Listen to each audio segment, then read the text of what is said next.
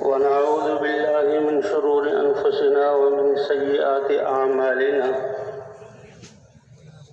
من يهده الله فلا مضل له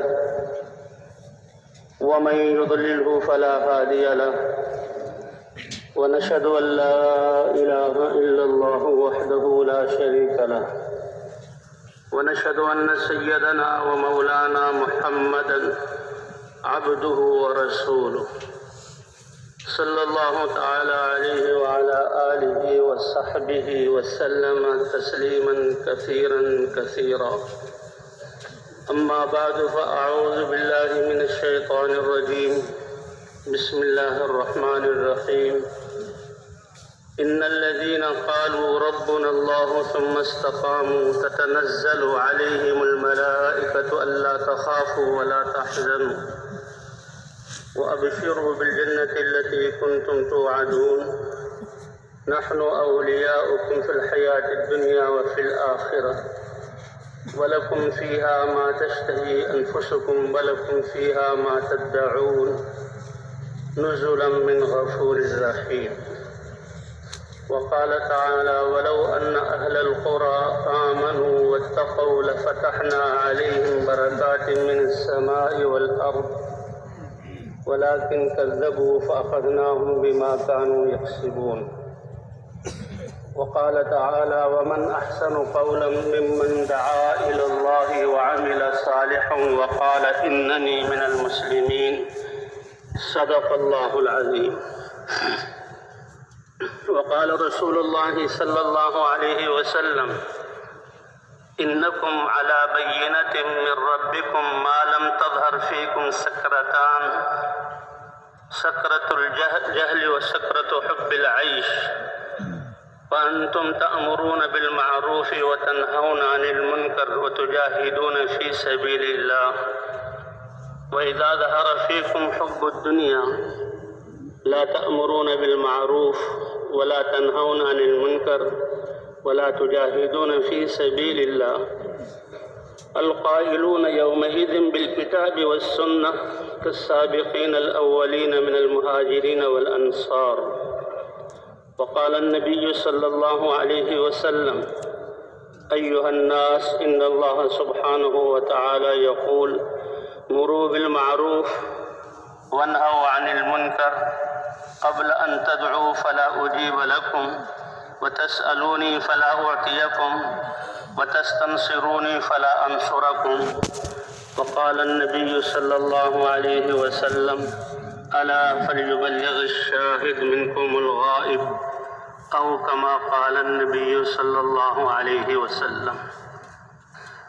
میرے محترم دوستوں، بزرگوں اور بھائیوں، حضرات انبیاء کرام کا دنیا میں تشریف لانا اور اللہ کا انبیاء کرام کو بھیجنا انسانوں کو ان کی زندگی کا مقصد بتلانے کے لیے تھا کہ اللہ نے انسان کو کتنے بڑے مقصد کے لیے پیدا کیا اور انسان کی کامیابی کس چیز میں ہے. آدم علیہ السلام سے لے کر حضرت محمد صلی اللہ علیہ وسلم تک 1,24,000 انبیاء کرام اور ایک روایت کے مطابق 2,00,000 انبیاء کرام آئے. ہر قوم میں اللہ نے ڈرانے والا کوئی رسول کوئی نبی بھیجا. وَإِن مِّنْ أُمَّةٍ إِلَّا خَلَا فِيهَا نَذِيرٌ. اور تمام انبیاء نے بعثت اور ذمہ داری ملنے کے بعد پوری زندگی اور ساری صلاحیتیں انسانوں کو اللہ کی طرف بلانے میں، اللہ کے دین پر ڈالنے میں لگائی. نبی کے آنے سے ایک محنت وجود میں آتی تھی اور بنیادی طور پر حضرات انبیاء کرام اللہ کی طرف بلا کر کلمہ توحید کے ذریعے اللہ کی پہچان کرواتے تھے اور اللہ کی ذات پر ایمان، اللہ کی ذات پر توکل اور اعتماد، اس کی طرف دعوت دیتے تھے. کیونکہ ہدایت انسان کی سب سے بڑی دولت ہے. سب سے بڑے علم والا کلمہ لا الہ الا اللہ، اس سے انبیاء کرام کی دعوت کی ابتدا ہوتی. یا قوم اعبدوا اللہ اپنائیت کے ساتھ، شفقت اور ہمدردی کے ساتھ، سارا کچھ لگانے کے جذبے سے، اور جو کچھ انسانوں کے پاس ہے اس کی طرف نظر نہ کرتے ہوئے، حتیٰ کہ کلمہ شکر سنیں اس کی بھی امید نہیں، صرف اللہ کی رضا کے لیے اللہ کے خزانوں پر اعتماد کرتے ہوئے حضرات انبیاء کرام اپنی قوموں کو بلاتے تھے۔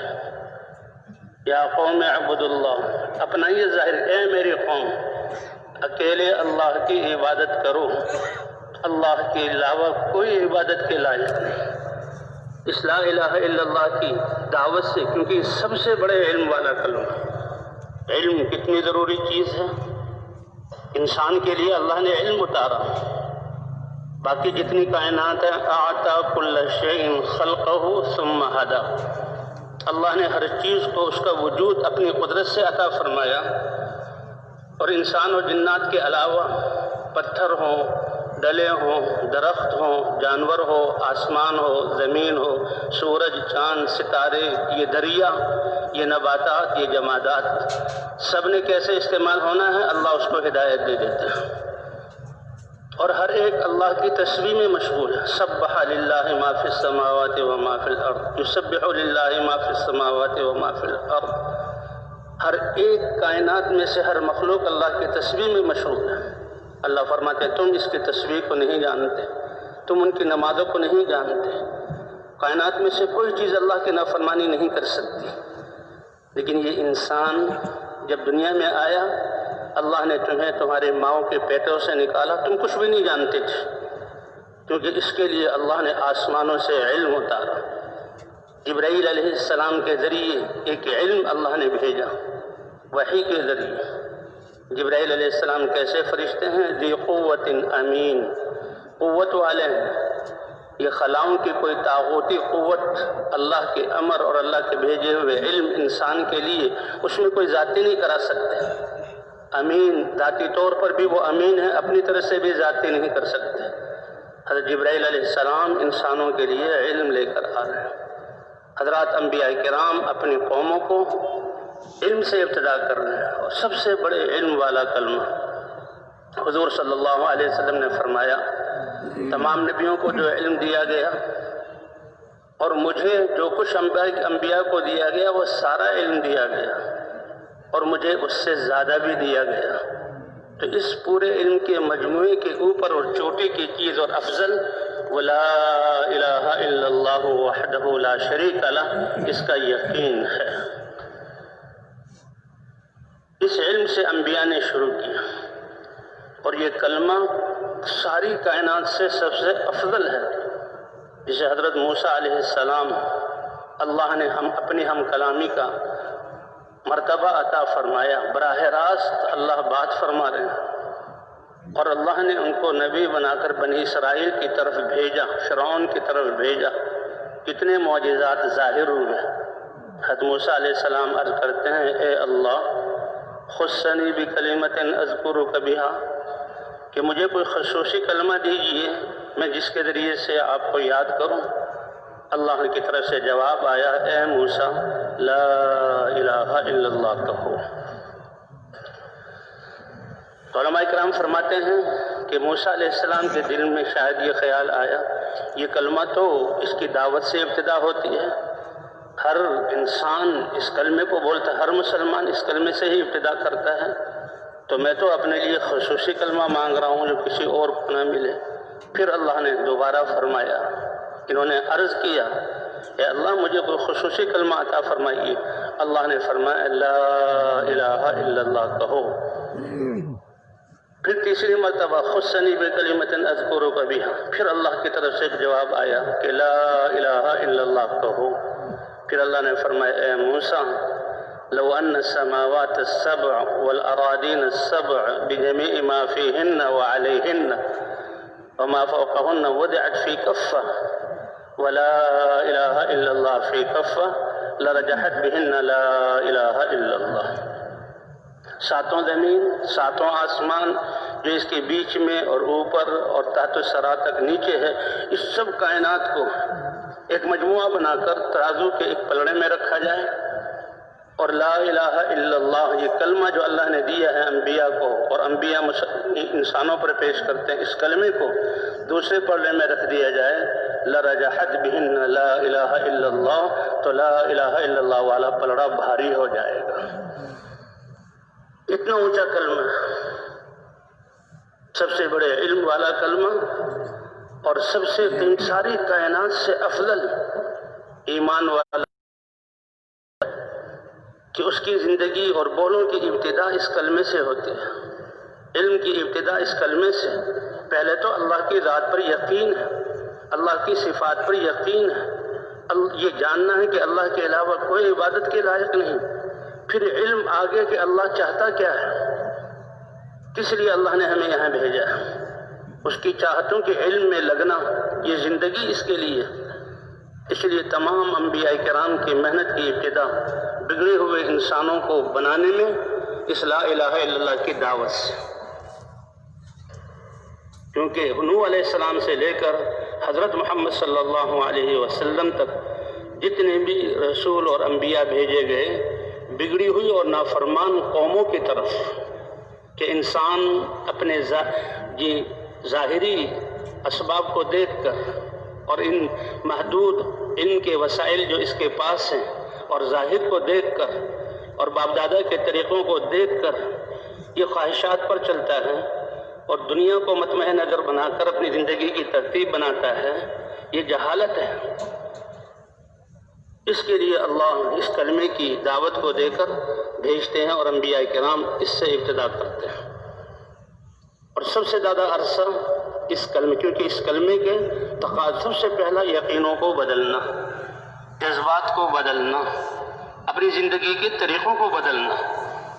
یقین کی تبدیلی کہ کائنات عرش سے لے کر فرش تک، اور جو ہے چھوٹے سے ایک چیز سے لے کر جبرائیل علیہ السلام تک، یہ ساری مخلوق اللہ نے اس کو اپنے امر سے بنایا ہے، اپنی بقا میں اللہ کی محتاج ہے، اور اللہ اس کو چلا رہے ہیں۔ ہر چیز کے پاس اس کی شکل، اس کی طاقت، اس کی صفت، یہ اللہ کی طرف سے رکھی ہوئی ہے، اور اللہ ان چیزوں کو پیدا کرنے کے بعد آزاد نہیں چھوڑا، ساری کائنات اس کے قبضے قدرت میں ہے، اور اللہ ان اسباب کا محتاج نہیں، روشنی دینے میں سورج کا محتاج نہیں، وہ خود نور ہے، اللہ پیٹ بھرنے میں کھانے کا محتاج نہیں۔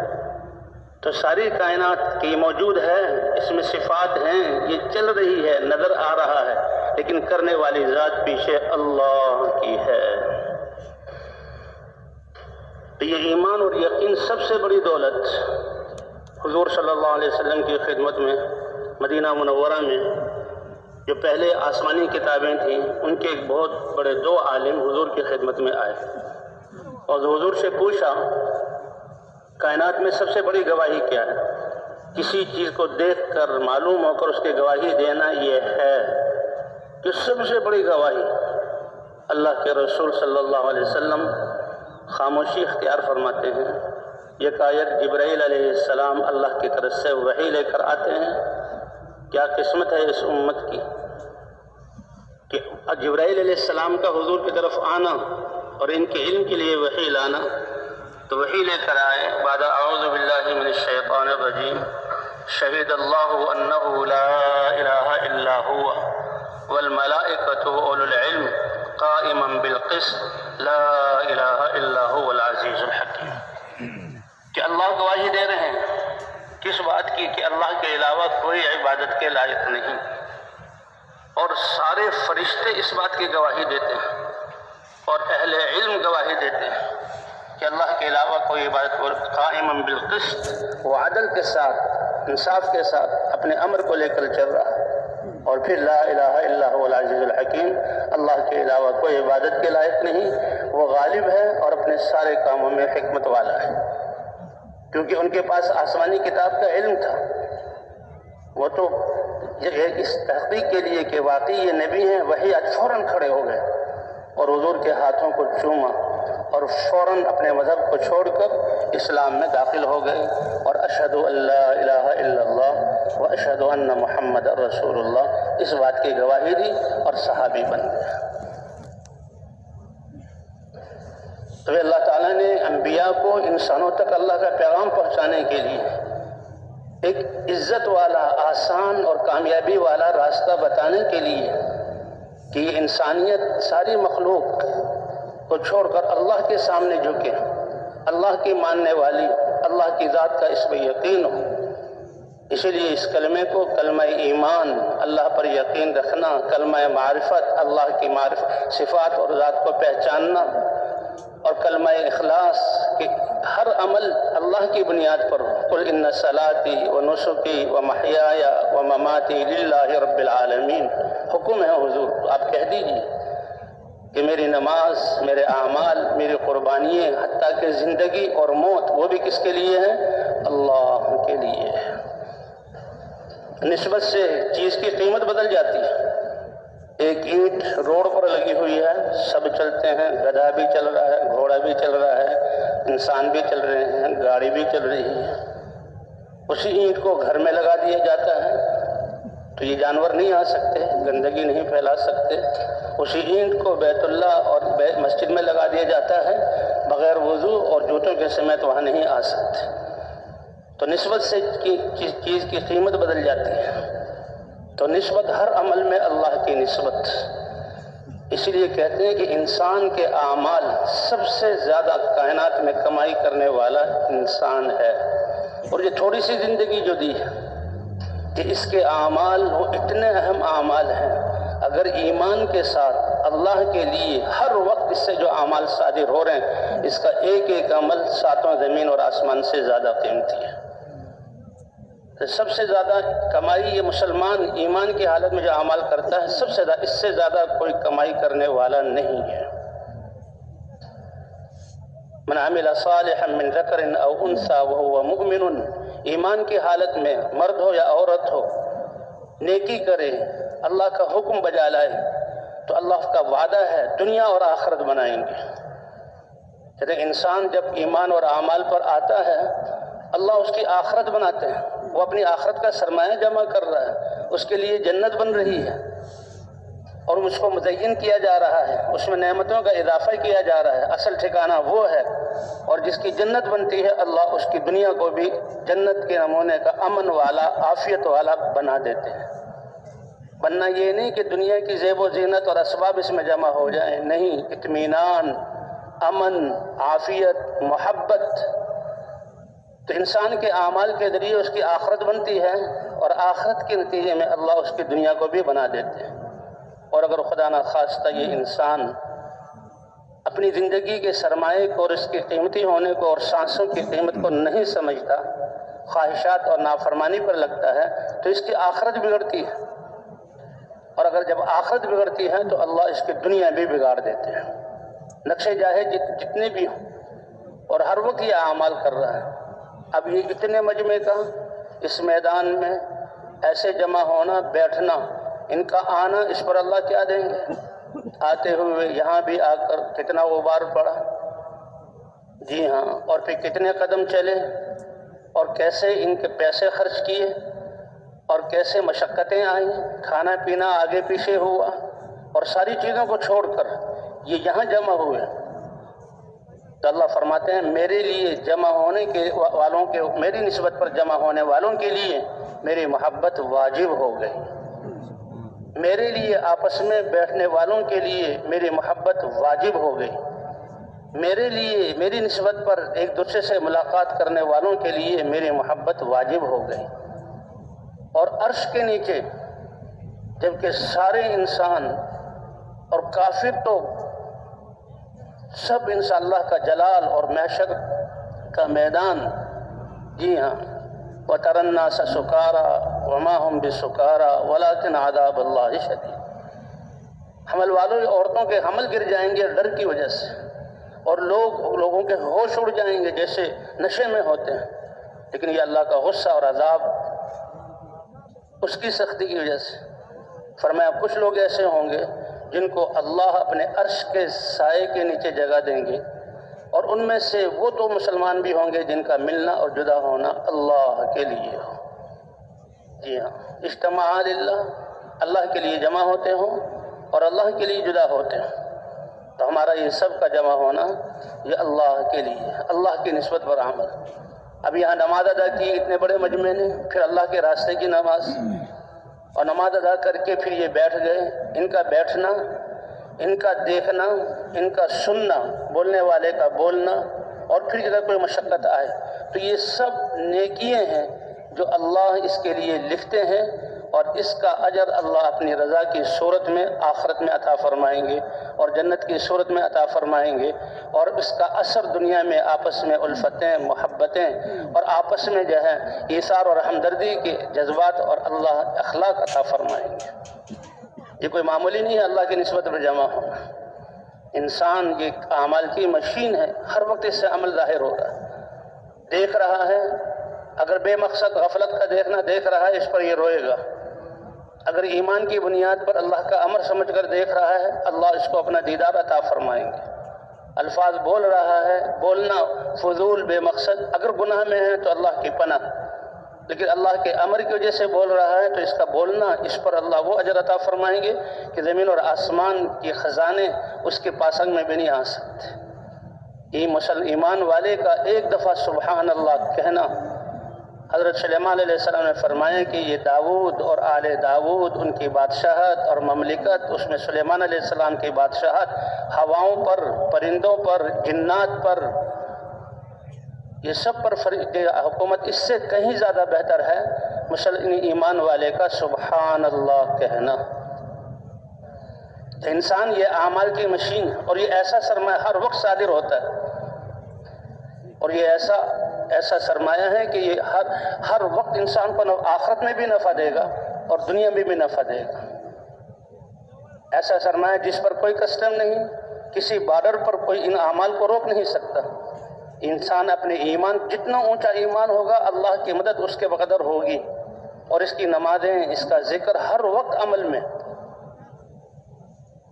لیکن ناشکری پر حضور صلی اللہ علیہ وسلم، اللہ تعالیٰ نے قرآن پاک میں فرمایا، کیا آپ نے نہیں دیکھا؟ اللہ مثال بیان کر رہے ہیں ایک ایسے شہر کی جو بڑا امن والا تھا، اطمینان والا تھا، اور اللہ تعالیٰ باوجود وہاں کچھ بھی نہیں ہوتا، چاروں طرف سے کھلا ڈلا رزق ان کے پاس آ رہا تھا۔ پھر اللہ نے ان پر اور احسان کیا تو انہوں نے اللہ کی نعمتوں کی ناشکری کی۔ اللہ نے ساری نعمتیں چھین کر بھوک اور جو ہے بھوک کا لباس ان پر جو ہے ان کو اڑا دیا، اور بھوک ان پر غالب کر دیا۔ جی، اور خوف اللہ نے ان پر بھیج دیا۔ اور یہ مکہ مکرمہ کے بارے میں کہ حضور صلی اللہ علیہ وسلم جو سارے انسانوں کے لیے اللہ کا دین لے کر آئے، جب مکے والوں نے ناقدری کی تو اللہ فرما رہے ہیں کیسے اس ناقدری پر نعمتیں چھین گئی۔ تو بھائی اس لیے حضرات انبیاء کرام انسانوں اور اپنی قوموں کے ہمدرد، اور انسانوں کو اس کلمہ کی دعوت دے کر اللہ کے دین کی طرف بلانے والے، دین زندگی گزارنے کا وہ عزت والا اور وہ بابرکت طریقہ اور وہ آسان اور انسان کی فطرت کے مطابق طریقہ ہے کہ دین پر چل کر اللہ دنیا بھی بناتے ہیں اور آخرت بھی۔ اسی لیے اللہ نے پچھلی قوموں کے واقعات بیان کر کے فرمایا، وَلَوْ أَنَّ أَهْلَ الْقُرَىٰ آمَنُوا وَاتَّقَوْا لَفَتَحْنَا عَلَيْهِمْ بَرَكَاتٍ مِّنَ السَّمَاءِ وَالْأَرْضِ وَلَكِنْ كَذَّبُوا فَأَخَذْنَاهُمْ بِمَا كَانُوا يَكْسِبُونَ۔ اگر یہ آبادیوں میں رہنے والے، شہر کے ہوں، دیہاتوں کے ہوں، گھروں میں رہنے والے اللہ کی ذات پر ایمان لے آتے، یہ ایمان کتنی بڑی دولت ہے، کتنا بڑا علم ہے، کتنا بڑا یقین ہے یہ ایمان، کہ ایمان کے ذرے کی بنیاد پر اللہ تعالیٰ اس کو جنت، دنیا سے کئی گنا بڑی جنت عطا فرمائیں گے۔ ایک حدیث میں حضور صلی اللہ علیہ وسلم نے فرمایا، مختلف الفاظ ہیں کیونکہ مختلف حالات، عرب انسان یا کروڑوں انسان ہوں گے جو آخر میں جہنم سے نکلیں گے۔ ایک کے بارے میں فرمایا کہ اللہ تعالیٰ جہنم سے، حضور صلی اللہ علیہ وسلم فرما رہے ہیں کہ میں جو سب سے آخر میں جہنم سے نکلے گا اور سب سے آخر میں جنت میں داخل ہوگا، میں وہ جانتا ہوں۔ ان میں سے ایک شخص وہ ہوگا کہ اللہ تعالیٰ اس کے ایمان کی وجہ سے جہنم سے باہر نکالیں گے تو کہے گا الحمدللہ، تمام تعریفیں اللہ کے لیے ہیں، اے جہنم تجھ سے اللہ نے مجھے پناہ عطا فرمائی اور چھٹکارا نصیب فرمایا اور میں نکل آیا۔ اور وہ سمجھے گا کہ کائنات کا سب سے خوش قسمت انسان میں ہوں، لیکن اس کا چہرہ آگ کی طرف ہوگا، وہ آگ کی تپش کو محسوس کرے گا جہنم سے باہر، اور اس میں اس کو تکلیف ہوگی۔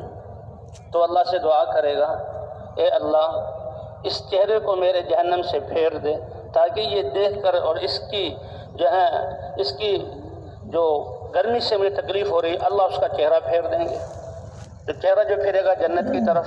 ایک اور روایت میں آتا ہے اس کے لیے ایک درخت سامنے لایا جائے گا، اور وہ درخت کو دیکھے گا تو تمنا کرے گا کاش میں اس کی سائے میں چلا جاؤں۔ تو اللہ سے دعا کرے گا، اے اللہ آپ نے جہنم سے تو نکال دیا، اس کے عذاب سے مجھے نجات دی، بہت بڑا احسان کیا، مجھے اس درخت تک پہنچا دیجیے۔ اللہ پوچھیں گے اس کے بعد تو تم کوئی مانگو گے؟ کچھ مانگو گے نہیں؟ جہنم سے میں نے نکالا ہے اپنے فضل سے، اس کے بعد تو کچھ نہیں مانگو گے۔ وہ عہد پیمان کرے گا اور کہے گا کہ میں نہیں سوال کروں گا اس کے بعد۔ اللہ تعالیٰ اس درخت کے سائے کے نیچے پہنچا دیں گے۔ اب جب اس درخت کے سائے میں آئے گا اور وہاں ایک چشمہ ہوگا، اس سے پانی پیے گا اور پانی پی کر اس کو مزہ آئے گا، تو اس کو یہ احساس ہوگا کہ میں نے تو اللہ سے وعدہ کیا ہے کہ میں کچھ نہیں مانگوں گا۔ کافی عرصہ وہ خاموش رہے گا، لیکن خاموش رہنے کے بعد اس کو اس سے آگے اس سے بھی ایک خوبصورت درخت نظر آئے گا، اور وہ اس درخت کو دیکھ کر پھر اللہ کو پتہ ہے کہ میرے بندے نے مجھ سے مانگنا ہے، جس چیز سے اس کو صبر نہیں، کیسے نہیں مانگے گا حالانکہ مجھ سے وعدہ کیا ہے۔ اللہ کو پتہ ہے۔ اس درخت کو دیکھ کر بہت عرصے کے بعد، کیونکہ وعدہ کیا تھا نہیں مانگوں گا، پھر یہ مانگے گا۔ اللہ تعالیٰ نے فرمائیں گے تم نے کہا نہیں تھا میں نہیں مانگوں، اے اللہ بس یہ ایک تمنا اور ہے، اس کو پورا کر دیں۔ تو پھر اللہ اپنے فضل سے کہیں گے تم کتنے وعدوں کو بھول جانے والے ہو، ابھی وعدہ کیا تھا بھول گئے، اب مانگ رہے، چلو میں تمہارے عذر کو قبول کرتا ہوں کہ تم نے وعدہ خلافی کی اس درخت کے نیچے۔ اب اس درخت کے سایہ، اس کا حسن، خوبصورتی، اس کے نیچے کا پانی پہلے سے بھی اچھا ہوگا۔ وہاں پہنچ کر اللہ کا شکر ادا کرے گا اور بہت عرصے خاموش رہے گا، اور یہ سارا نظام اللہ کی طرف سے چل رہا ہے، اور اللہ کر رہے ہیں اس کے ایمان کی وجہ سے۔ حدیث میں حضور صلی اللہ علیہ وسلم فرما رہے ہیں کہ اللہ اس کے سامنے ایک تیسرا درخت ظاہر کریں گے جو جنت کے قریب ہوگا اور پچھلے درختوں سے اور زیادہ خوبصورت ہوگا۔ وہ کیا حسن ہوگا ہم اس کا تصور بھی نہیں کر سکتے۔ اس کے پاس جب پہنچے گا تو اور زیادہ راحت ہوگی، اس کا پانی پیے گا اور زیادہ اس کو مزہ آئے گا، اور اس کو یاد ہوگا کہ اللہ نے مجھ سے بہت عہد و پیمان لیا تھا۔ وہ خاموش رہے گا۔ اللہ جانتے ہیں کہ یہ بندہ بے صبرہ ہے اور اس چیز سے اس کو صبر نہیں ہے، ضرور مانگے گا۔ تو کچھ جب اچھا جنت سامنے آ جائے گی تیسرے درخت کے بعد، اللہ فرمائیں گے، ہاں پھر اللہ سے مانگے گا، اے اللہ آپ نے اتنا احسان کیا، بس جنت کے سامنے مجھے کر دے، جنت کی طرف مجھے آگے کر دے۔ اللہ فرمائیں گے اپنے وعدوں کو بھول گیا، ابھی تو وعدہ کیا تھا کہ میں کچھ نہیں مانگوں گا، پھر مانگتے ہو۔ تو اللہ اس کے جنت کے قریب کر دیں گے۔ اب جنت کے مناظر کو دیکھ کر وہ اور بے چین ہو جائے گا، اور جنت کی نعمتیں، جنت والوں کے مزے، پھر کہے گا اے اللہ مجھے جنت میں داخل کر دے۔ اللہ پھر فرمائیں گے تم نے عہد و پیمان کیا تھا، پھر تم بھول گئے، کتنا جلدی تم اپنے عہد و پیمان کو بھول جاتے ہو۔ تو جب وہ جنت کو دیکھے گا اللہ فرمائیں گے، بہت ساری روایتیں ہیں اور ہر شخص کے لیے الگ الگ حالات ہیں۔ ایک میں یہ بھی ہے کہ جو ہے تم نے جنت کو دیکھا، تم دنیا کے بادشاہوں میں سے کسی ایک بادشاہ کے ملک کی طرح تم مجھ سے مانگو، تو وہ تمنا کرے گا اور اپنے علم کے مطابق اللہ سے مانگے گا۔ جب مانگے گا اللہ فرمائیں گے کہ وہ ایک بادشاہ کی حکومت تو کیا، میں 5 حکومتوں کے برابر تمہیں جنت کی جگہ دیتا ہوں۔ اور پھر جب وہ دی جائے گی اللہ فرماتے ہیں وہ، اور ایک روایت میں اس کے 10 گنا، اور ایک روایت میں دنیا اور دنیا سے 10 گنا بڑی جنت دیتا ہوں اس ایمان کے بدلے میں جو تمہارے دل میں تھا، جس کو تم لے کر آئے ہو۔ تو یہ ایمان اتنی قیمتی دولت ہے۔ ایک روایت میں آتا ہے جب جنت کے میں داخل کیے جانے لگے گا تو اللہ فرمائیں گے میں 10 گنا بڑی جنت دے رہا ہوں، اور اس کے خیال میں ڈالا جائے گا جنت کھچا کھچ بھری ہوئی ہے، وہاں تو بہت زیادہ رش ہے، وہاں تو پاؤں رکھنے کی جگہ نہیں۔ اللہ فرمائیں گے 10 گنا، تو یہ کیا کہے گا، اے اللہ آپ رب العالمین ہوتے ہوئے اور الہ ہوتے ہوئے مجھ سے مذاق کر رہے ہیں کہ جنت میں پاؤں رکھنے کی جگہ نہیں، اور آپ مجھ سے جہاں مجھے 10 گنا بڑی جنت، آپ تو رب العالمین ہے۔ اس پر اللہ کے مناسب جو ہنسنا ہے وہ اللہ مسکرائیں گے اور ہنسیں گے، اور اس پر حضور صلی اللہ علیہ وسلم بھی مسکرائے، اور جن صحابی نے بیان کیا وہ بھی مسکرائے کہ اس بندے کی اس ایسے بات پر اللہ خوش ہوں گے اور دنیا سے 10 گنا بڑی جنت عطا فرما دیں گے۔ ایمان والے کو لایا جائے گا اللہ کے دربار میں، اور یہ بھی جنت سے نکالا جائے، جہنم سے نکالا جائے گا۔ اللہ فرمائیں گے میرے اس بندے کے سامنے اس کے چھوٹے گناہ پیش کرو، فرشتے پیش کریں گے اس کے چھوٹے گناہوں کو، چھوٹے گناہوں کو دیکھ کر اللہ پوچھیں گے اس میں سے کسی کو جھٹلاتے ہو؟ تو کہے گا نہیں، سچ بولے گا، اے اللہ یہ تو میں نے گناہ کیے ہیں۔ اب فضول دیکھنا، فضول زبان سے بات نکالنا، اللہ کی دی امانت وقت کو فضول گزارنا، کتنے اس کے فضول ہاتھ چلانا، فضول کہیں جانا، یہ لایانی میں لگنا، یہ بھی کتنے بڑے گناہ ہیں۔ تو وہ سب کو یاد کرے گا اور دل میں سوچے گا اب آئی مصیبت، یہ تو سارے گناہ میں نے کیے، چھوٹے چھوٹے گناہ ہیں۔ اب وہ گھبرائے گا تو وہ اپنا مان لے گا کہ میں نے کیے ہیں۔ یہ سچ بولنا اس وقت، حدیث میں آتا ہے اللہ فرمائیں گے اے میرے بندے جا، اچھا وہ گھبرائے گا کہ ابھی تو یہ چھوٹے گناہ ہیں، بڑے گناہ تو ابھی پیچھے باقی ہیں، وہ تو اللہ نے یاد دلائے نہیں، ابھی چھوٹے گناہوں کی سے پکڑ ہو رہی ہے۔ اللہ فرمائیں گے جاؤ میں نے تمہارے چھوٹے گناہوں کو معاف کیا اور ان گناہوں کو نیکیاں بنا کر تمہیں تمہارا اس کا ثواب تمہارے لیے لکھ دیا۔ تو وہ کہے گا اے اللہ، اب وہ خوش ہوگا، یہ اللہ کیسے مہربان ہے، کیسے کریم ہے کہ میرے ایمان کی وجہ سے گناہوں کو بھی نیکیوں میں بدل کر اس کا اللہ اجر عطا فرما رہے ہیں۔ تو اب کہے گا بڑے دل، اے اللہ میرے تو بڑے گناہ بھی باقی ہیں، بہت بڑے بڑے گناہ ہیں، کہ کون کون سے؟ اللہ میں نے کہ اللہ فرمائیں گے جاؤ تمہارے بڑے گناہوں کو بھی نیکی بنا کر اس کا اجر جنت کی صورت میں نے تم کو عطا کر دیا۔ تو علماء فرماتے ہیں کہ سچ بولنے کی وجہ سے وہ سچ بولا تو اللہ یہ اس کو عطا فرمائیں گے۔ بعض مجرم لوگ ایسے ہوں گے اور شاید وہ کافر ہیں، ایمان ان میں نہیں ہے، ان سے کہیں گے، اللہ فرمائیں گے کہ بھئی دیکھو تم نے یہ گناہ کیے، تو وہ دائیں بائیں دیکھے گا، کوئی گواہی دینے والا تو نہیں ہے جو اس وقت گناہ میں تھا، وہ دیکھا کوئی بھی نہیں ہے، وہ جھوٹ بولے گا اور کہا کہ میں نے یہ گناہ نہیں کیے۔ اللہ فرماتا ہے الیوم نختم علی افواہہم وتکلمنا ایدیہم، ان کی زبانوں پر ہم تالے لگا دیں گے، مہر لگا دیں گے، اور ان کے اعضاء بولیں گے اے اللہ اس نے ہم سے یہ گناہ کیے ہیں۔ اس لیے قرآن پاک میں ہے یا ایھا الذین آمنوا اتقوا اللہ وقولوا قولا سدیدا، اے ایمان والو اللہ سے ڈرو اور سچ بولو۔ یہ سچ ایسی اچھی صفت ہے کہ سچ بولنے والے اگرچہ گناہ گار ہوں گے اللہ کے سامنے سچ بولیں گے، اس پر اللہ تعالیٰ ان کے سچ بولنے پر ان کے گناہوں کو بخش دیں گے اور اس کو نیکی کی صورت میں ثواب عطا فرمائیں گے۔ اور جھوٹ بولنے والوں کو، جو جھوٹ کا عادی ہے وہ اللہ کے سامنے بھی جھوٹ بولے گا، کہے گا ہم نے تو نہیں یہ گناہ کیا۔ کافر کہیں گے ہمارے پاس تو کوئی ڈرانے والا نہیں آیا۔ تو اللہ فرمائے جاؤ ان کو منہ کے بل گھسیٹ کر جہنم میں ڈال دیا جائے، اللہ ہماری حفاظت فرمائے۔ تو اس لیے بھئی اللہ تعالیٰ نے ہمیں حضرات انبیاء کرام کو جو بھیجا ہے ایک طریقہ زندگی دین دے کر بھیجا ہے، اور دین یہ اللہ کے احکام کا نام ہے۔ ہر وقت انسان یہ اعمال نیک اعمال ہیں تو یہ دنیا میں اس سے اللہ آخرت بناتے ہیں اور اللہ دنیا بھی بناتے ہیں۔ خدا نہ خواستہ اگر نافرمانی والے اعمال ہیں تو اللہ تعالیٰ پھر اگر معاف نہ کریں تو دنیا بھی آخرت بھی بگڑتی ہے اور دنیا بھی بگڑتی ہے۔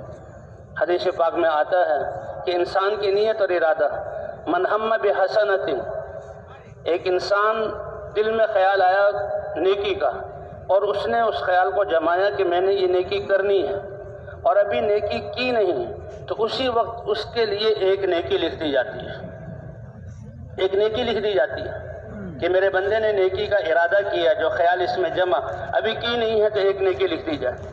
اور جب وہ اس نیکی کو کر لے گا تو اللہ فرماتے ہیں میری دین یہ ہے کہ اس بندے کو ایک نیکی کے بدلے میں کم از کم 10 نیکیوں کے برابر اجر عطا فرماؤں گا۔ جہاں حضور صلی اللہ علیہ وسلم کو لیلۃ المعراج میں اللہ کے دربار میں حاضری ہوئی، موسیٰ علیہ السلام اور انبیاء سے ملاقات کر کے اللہ کے دربار میں پہنچے، اللہ نے اس امت کے لیے کیا عطا کیا؟ 50 نمازیں، کیونکہ انسان کو تو دنیا میں بھیجنے کا مقصد ہی عبادت ہے، اور عبادت کیا ہر آن ہر گھڑی وہ اللہ جو خالق ہے، مالک ہے، رزاق ہے، حفاظت کرنے والا ہے، نعمتیں دینے والا ہے، سب کچھ اسی کا ہے، اسی نے ساری کائنات کو مسخر کیا، اس کا کیا حکم ہے اور اس کو نبی کے طریقے پر ماننا، یہ ہر وقت عبادت۔ تو 50 نمازوں کا حکم دیا، اب 50 نمازیں امت پڑھے تو بتائیں باقی کن چیزوں کا وقت ملے گا؟ اور جہاں اللہ نے اپنی عبادت کا حکم دیا تو فوراً یہی خیال کہ اللہ کی ماننا ضروری، جب ہم اس کی عبادت میں لگیں گے تو رزق کا مسئلہ کیا ہوگا؟ تو اللہ فرماتے ہیں ما اريد منهم من رزق وما اريد ان يطعمون ان اللہ هو الرزاق ذو القوة المتین. یہ تو اللہ کی عبادت میں لگیں گے. اور رزق دینے والی ذات کون سی ہے؟ اللہ کی ہے. تو 50 نمازیں ملی اور موسیٰ علیہ السلام کے ملاقات پر کہا کم کرواؤ. 9 دفعہ واپس حضور صلی اللہ علیہ وسلم اللہ کے دربار میں حاضر ہوئے. ہر دفعہ اللہ نے 50 نمازیں کم کی اور 9 کے بعد 5 نمازیں رہ گئی. حضرت موسیٰ علیہ السلام نے فرمایا اور کم کروا لو، میں نے امت کو آزمایا ہوا ہے، یہ 5 بھی نہ ادا کر سکے. اللہ کے رسول صلی اللہ علیہ وسلم نے فرمایا مجھے شرم آتی ہے کہ 5 سے کم کرواؤں. 24 گھنٹے میں میری امت 5 تو نمازیں ادا کرے گی. اللہ کے رسول نے 5 نمازوں کو قبول کیا اور تو اللہ کی طرف سے اعلان ہوا اے میرے نبی آپ کی یہ امت 5 نمازیں پڑھیں گی اور ثواب میں 50 نمازوں کا عطا کروں گا. اور اسی کے ساتھ یہ ہے کہ جو ان میں سے نیکی کا ارادہ کر لے گا کہ میں نے کرنی ہے تو اس ارادے پر اللہ، اس نیت پر اللہ ایک نیکی عطا فرمائیں گے. اور جو اگر اس کو عمل میں لے آئے گا تو کم از کم اللہ کی طرف سے 10 نیکیوں کے بقدر اس کو اجر ملے گا. اور ایک روایت میں من ہم بسیئۃ، برائی کا ارادہ کیا لیکن روک لیا، برائی کا ارادہ کیا اور برائی کر لی تو اللہ فرماتے ہیں کہ اس کو ایک ہی برائی لکھا جائے گا. اور دوسری روایت میں آتا ہے برائی کا ارادہ کیا لیکن بعد میں ایمان کے جذبے سے خیال آیا کہ اللہ کی نافرمانی تو بڑی نقصان دینے والی چیز ہے، اس لیے میں اس گناہ سے بچتا ہوں، تو اللہ کے ڈر سے اگر اس کو چھوڑ دیا تو اس پر بھی اللہ ایک نیکی لکھ دیں گے. اس لیے بھئی اللہ نے یہ زندگی جو دی ہے آخرت کا سرمایہ بنانے کے لیے، اور یہ دین جو دیا ہے اس پر وعدہ ہے کہ اگر بسیے والے ایمان والے ہوتے اور تقوی والی زندگی اختیار کرتے کہ اللہ کیا چاہتے ہیں، اللہ کے احکام کو نبیوں کے طریقے پر بجا لانا جیسے اللہ چاہتے ہیں، اور اپنی زندگیوں کو گناہوں سے بچانا تقوی اختیار کر لیتے تو ہم زمین اور آسمان کی برکتوں کے دروازے ان کے لیے کھول دیتے. اسی لیے حضرات انبیاء کرام کی محنت، جب نبی محنت فرماتے تھے انسانوں کی زندگی بنانے کے لیے، اللہ نے حضرات انبیاء کرام کی دعوت والی محنت اور تبلیغ والی محنت اسی کو ذریعہ بنایا، اور اسی پر اللہ تعالی ہدایت کو زندہ فرماتے تھے. لوگ ہدایت پر آتے اور اس پر فیصلے ہوتے تھے باطل والوں کے بٹنے کے. اس لیے حضرات انبیاء کرام قوموں کے پاس آ کر نوح علیہ السلام نے 950 سال دعوت دی. ان کی عمر 1200 سال، 950 سال تو یہ قوم کے طوفان میں غرق ہونے سے یہ پہلے کے ہیں، اور ان کی عمر 1200 سال تھی. اسی طرح تمام انبیاء کرام آئے اور نبیوں نے اپنی امتوں کو ان کی محنت کے ذریعے ایمان آیا اور اپنی امتوں کو اللہ کی طرف بلایا، اللہ کا دین سکھلایا اور اس پر چلایا، اور دین والوں پر فیصلے ہوئے اور اللہ نے باطل کو ختم کیا. قوم نوح جو 950 سال تک نوح علیہ السلام کی تکذیب کر رہی ہے، مذاق اڑا رہی ہے، اللہ نے روئے زمین کو پاک کر دیا. قوم عاد آئی اس کے بعد کہ جس کا ذکر اللہ فرماتے ہیں التی لم یخلق مثلھا فی البلاد، ایسی طاقتور قوم اللہ فرماتے ہیں کہ پہلے اور بعد میں ان کی طرح روئے زمین پر بڑے جسم والا ہم نے پیدا نہیں کیا. اب جو اللہ نے طاقت کی نعمت دی اسی کے مطابق وہ پہاڑوں کو تراشتے تھے، اسی کے مطابق اپنی حویلیاں بڑی بڑی بناتے تھے، اسی کے مطابق زندگیاں ان کی آتا ہے روایات میں 800-900 سال ہوتی تھی. دنیا کے نقشے بناتے ہیں. فرمایا اگر اپنے رب کو پہچان کر اللہ کے احکام پر چلتے تو اللہ پکڑ کے بجائے ان پر اپنی اور نعمتیں دنیا میں دے دیتے، ان کی زندگی کو امن والا بنا دیتے، اور جنت موت کے بعد آخرت میں اللہ ان کو جنت عطا فرماتے. لیکن یہ انسان ایسا ناشکرا ہے اور انسان ایسا بھول جانے والا ہے. ان نے ظلم برپا کیا اور زمین کو گناہوں سے بھر دیا اور زمین کی فضاؤں کو بدبودار کیا. اللہ نے پکڑانی ہود علیہ السلام کو بھیجا ان کی اصلاح کے لیے. ہود علیہ السلام نے آ کر سالوں ان کو دعوت دی. چند لوگ ایمان لائے تو نبی کی دعوت پر ایمان وجود میں آیا، دین وجود میں آیا. کچھ لوگ اچھے بنے، ان کی زندگی اچھی تھی. ہود علیہ السلام ساتھ ہے اور ان پر فیصلہ ہوا کہ اب دلیل پوری ہو گئی، حجت تام ہو گئی، اب باطل والوں کو زمین پر نہیں رہنے دینا. اللہ نے ہوا جیسی ایک نعمت کو، لطیف نعمت جو مخلوق کو بھیجا.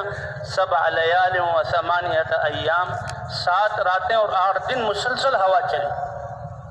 اب ہوا انسان کے لیے کتنی ضروری ہے کہ انسان سانس لیتا ہے، لیکن اسی ہوا کو اللہ نے ان کی ہلاکت کا ذریعہ بنایا. جب تیز چلی تو اپنی بڑی بڑی حویلیوں میں گھروں میں داخل ہو کر انہیں اپنے گیٹ اور دروازے بند کیے. اللہ نے ہوا کو بھونچال کی صورت میں گولائی میں ان کے کھڑکی دروازوں کو اکھاڑا اور ان کے جسموں کو وہاں سے نکل تنکوں کی طرح فضاؤں میں اڑایا. 7 راتیں اور 8 دن وہ فضاؤں میں اڑتے رہے اور سروں کے بل اللہ نے ان کو پٹخ پٹخ کر مارا اور اتنی تیز ہوا تھی کہ ان کے گھروں کو ایسے الٹایا کہ ان کی چھتیں زمین میں اور بنیادیں اوپر آ گئی ان کی. اور ایمان والے ہود علیہ السلام اور ایمان والوں کو اسی ہوا میں اللہ نے محفوظ کیا. یہ ہے اللہ کا وعدہ دنیا میں بھی ایمان والوں کے ساتھ ان کی مدد کا اور ان کی زندگی کے بنانے کا، اور بات دعوت پر اور نبی کی محنت پر پھر فیصلے آتے ہیں. یہ اللہ کی سنت ہے. سب سے آخر میں سارے نبیوں کے سردار حضرت محمد صلی اللہ علیہ وسلم کو اللہ تعالیٰ نے سارے انسانوں کے لیے رسول اور نبی بنا کر بھیجا. آپ ایک پیغام ساری انسانیت کے لے کر آئے اور آپ پر نبوت کا دروازہ بند کر دیا گیا. آپ نے فرمایا میں خاتم النبیین ہوں، میرے بعد کوئی نبی نہیں، اور تم آخری امت ہو، تمہارے بعد کوئی امت نہیں. اب حضور صلی اللہ علیہ وسلم کی امت میں ہونا یہ سب بہت بڑی فضیلت اور بہت بڑی سعادت کی بات ہے. اور دوسرا یہ کہ پہلی قوموں کے حالات، برے لوگ، ان کے برے نتائج، یہ اس قرآن میں اس امت کے سامنے بیان کیے گئے. لیکن یہ امت اللہ کو ایسی محبوب ہے کہ اس کے جو برے اعمال ہوں گے، کوئی امت ایسی نہیں کہ اس کے اعمال کو کسی کے سامنے بیان کیا جائے. اللہ نے اس امت کے ساتھ پردہ پوشی والا معاملہ فرمایا. فرمایا جیسے میں خاتم النبیین ہوں، تم آخری امت ہو، تمہارے بعد کوئی امت نہیں. اور فرمایا انا حظکم من النبیین، اے میری امت اپنے نصیبے پر فخر کرو اور جو سعادت اللہ نے دی اس پر ناز کرو کہ تمہارے نصیبے میں نبیوں کا سردار حضرت محمد صلی اللہ علیہ وسلم تمہارے نصیبے میں آیا. کیونکہ اللہ کے ہاں جو نسبت چلتی ہے نبیوں کی، قیامت میں جو لوگوں کو قوموں کو پکارا جائے گا نبیوں کے ساتھ، ہر ایمان والے اپنے نبی کے ساتھ ہوں گے کہ ہم نوح علیہ السلام کی قوم ہیں، ہم ابراہیم علیہ السلام کی قوم ہیں، ہم موسیٰ علیہ السلام کے ماننے والے ہیں، ہم عیسیٰ علیہ السلام کے ماننے والے ہیں. اور یہ امت قیامت میں کہے گی کہ ہم حضرت محمد صلی اللہ علیہ وسلم کے امت کی ہیں. اس امت کی شان ہی الگ ہوگی. فرمائے کہ تمہارا نصیبہ میں ہوں، یہ تمہارے لیے فخر کی بات ہے. اور پھر اس امت کی فضیلت بھی بیان کی، اور میرا نصیبہ یہ ایسی بہترین و پسندیدہ امت اللہ نے میرے لیے لکھی ہے، یہ میرا نصیبہ ہے جس کو خیر امت قرار دیا. کیونکہ حضور صلی اللہ علیہ وسلم آخری نبی، آپ کے بعد کوئی نبی نہیں آئے گا. آپ پر جو دین اترا ہے اب سارے انسانوں کی کامیابی اسی میں ہے. باقی ساری شریعتیں منسوخ ہو گئی. کل امتی يدخل الجنہ الا من ابا قیل ومن ابا یا رسول اللہ قال من اطاعنی دخل الجنہ ومن عصانی فقد ابا. کہ میری ساری امت جنت میں داخل ہوگی مگر جو نافرمانی اور انکار کرنے والا ہوگا. اللہ کے رسول صلی اللہ علیہ وسلم صحابہ نے عرض کیا یا رسول اللہ یہ انکار کرنے والا کون ہے؟ کہا جس نے میری اطاعت کی، ایمان لایا، میرے لائے ہوئے دین پر چلا، میرے طریقے پر چلا، وہ جنت میں داخل ہوگا. اور جو نافرمانی کرے گا وہ انکار والا ہے. اور حضور صلی اللہ علیہ وسلم کو جو عرصہ دیا گیا 23 سال کا محنت کا، اس لیے فرماتے ہیں حضور صلی اللہ علیہ وسلم کی بعثت دوہری بعثت ہے. آپ اپنی امت کے لیے یہ مبارک دین بھی لے کر آئے اور آپ اپنی امت کے لیے مبارک دین کی محنت بھی لے کر آئے. اور کتنا اونچا معیار ہے کہ ایمان ہو تو حضور صلی اللہ علیہ وسلم اور صحابہ جیسا، ان کی اخلاق ہوں تو صحابہ اور حضور صلی اللہ علیہ وسلم جیسے، ان کی عبادات ہوں تو حضور صلی اللہ علیہ وسلم صحابہ جیسی، ان کی تلاوت ہو تو حضور اور صحابہ جیسی، حتیٰ کہ ان کی عبادات وہ بھی، اور جہاں ہر عمل ان کا یہ حضور صلی اللہ علیہ وسلم جیسا. قل ان کنتم تحبون اللہ فاتبعونی یحببکم اللہ. اے پیارے نبی آپ بتا دیجئے اگر اے ایمان والو جو اللہ پر ایمان رکھتے ہو تو تم اللہ سے محبت کرتے ہو، تو اللہ سے محبت کی علامت یہ ہے کہ حضرت محمد صلی اللہ علیہ وسلم کی اتباع کر لو، اللہ تمہیں اپنا محبوب بنا لے گا. کتنی بڑی بات ہے. اللہ کی محبت یہ کوئی معمولی چیز نہیں. ایک حدیث میں آتا ہے کہ جب اللہ کسی انسان ایمان والے کے ایمان اور عمل سے اس سے محبت فرماتے ہیں تو آسمانوں سے اس کے لیے محبت اترتی ہے. سب سے پہلے اللہ تعالیٰ جبرائیل علیہ السلام کو بلاتے ہیں صاف حدیث میں، اور جبرائیل علیہ السلام کو یہ کہتے ہیں اے جبرائیل میرا یہ فلاں بندہ جو زمین پر چل رہا ہے اس کو میں نے اپنا محبوب بنا لیا تو تم بھی اس سے محبت کرو، اور جبرائیل علیہ السلام اس کا اپنا محبوب بنا لیتے ہیں۔ اور پھر حکم ہوتا ہے کہ 7ویں آسمان پر اعلان کرو۔ یہ دنیا کی تو کل آبادی 7 ارب کی ہے، پھر بھی یہ دنیا کتنی جنگلات بھی ہیں، پہاڑ بھی ہیں، 70% سمندری پانی بھی ہے، اور اس میں صحرا بھی ہیں، لیکن اور 7 آسمان وہ فرشتوں سے بھرے ہوئے، اور 7واں آسمان کتنا بڑا، اور اس میں حملۃ العرش بھی، کہ 7ویں آسمان والے فرشتوں میں اللہ کی طرف سے اعلان، جبرائیل علیہ السلام اعلان کر رہے ہیں کہ اللہ اپنے فلاں بندے سے محبت کرتا ہے، اے سب فرشتوں تم بھی اس سے محبت کرو، تو سب فرشتے اس انسان سے محبت کرتے ہیں۔ اور پھر 7ویں آسمان سے اس کے لیے محبت کا اعلان 6ٹھے آسمان پر، اور 7واں آسمان پر ہوتے ہوئے سب سے آخر میں آسمان دنیا پر اعلان کیا جاتا ہے، سارے فرشتے اس سے محبت کرتے ہیں، اور پھر دنیا میں بھی اس کے لیے محبت ڈال دی جاتی ہے، اور اللہ اس کو مرجع خلائق بنا لیتے ہیں، حتیٰ کہ یہ جانور اور سب چیزیں محبت کرتی ہیں۔ آتا جب ایک انسان قبر پر جو زمین پر چلتا ہے اور پھر قبر میں رکھا جاتا ہے تو یہ زمین کہتی ہے کہ سب سے زیادہ محبوب تم مجھے تھے، آج میرے حوالے کیے گئے ہو تو میرا معاملہ بھی دیکھو گے، اور وہ قبر اس کے لیے وسیع ہو جاتی ہے۔ تو اس لیے حضور صلی اللہ علیہ وسلم ایک مبارک دین لے کر آئے، اس میں اللہ کے احکام، اور احکام میں حضور صلی اللہ علیہ وسلم کے طریقے پر، اس لیے فرمایا کہ تمہارا نصیبہ میں ہوں انبیاء اور رسولوں میں سے، اور تم میرا نصیبہ ہو امت میں سے، جو خیر امت اللہ کی چنی ہوئی امت ہے وہ اللہ نے مجھے عطا فرمائی کہ تم بہترین امت ہو، سارے انسانوں کی نفع رسانی کے لیے نکالے گئے۔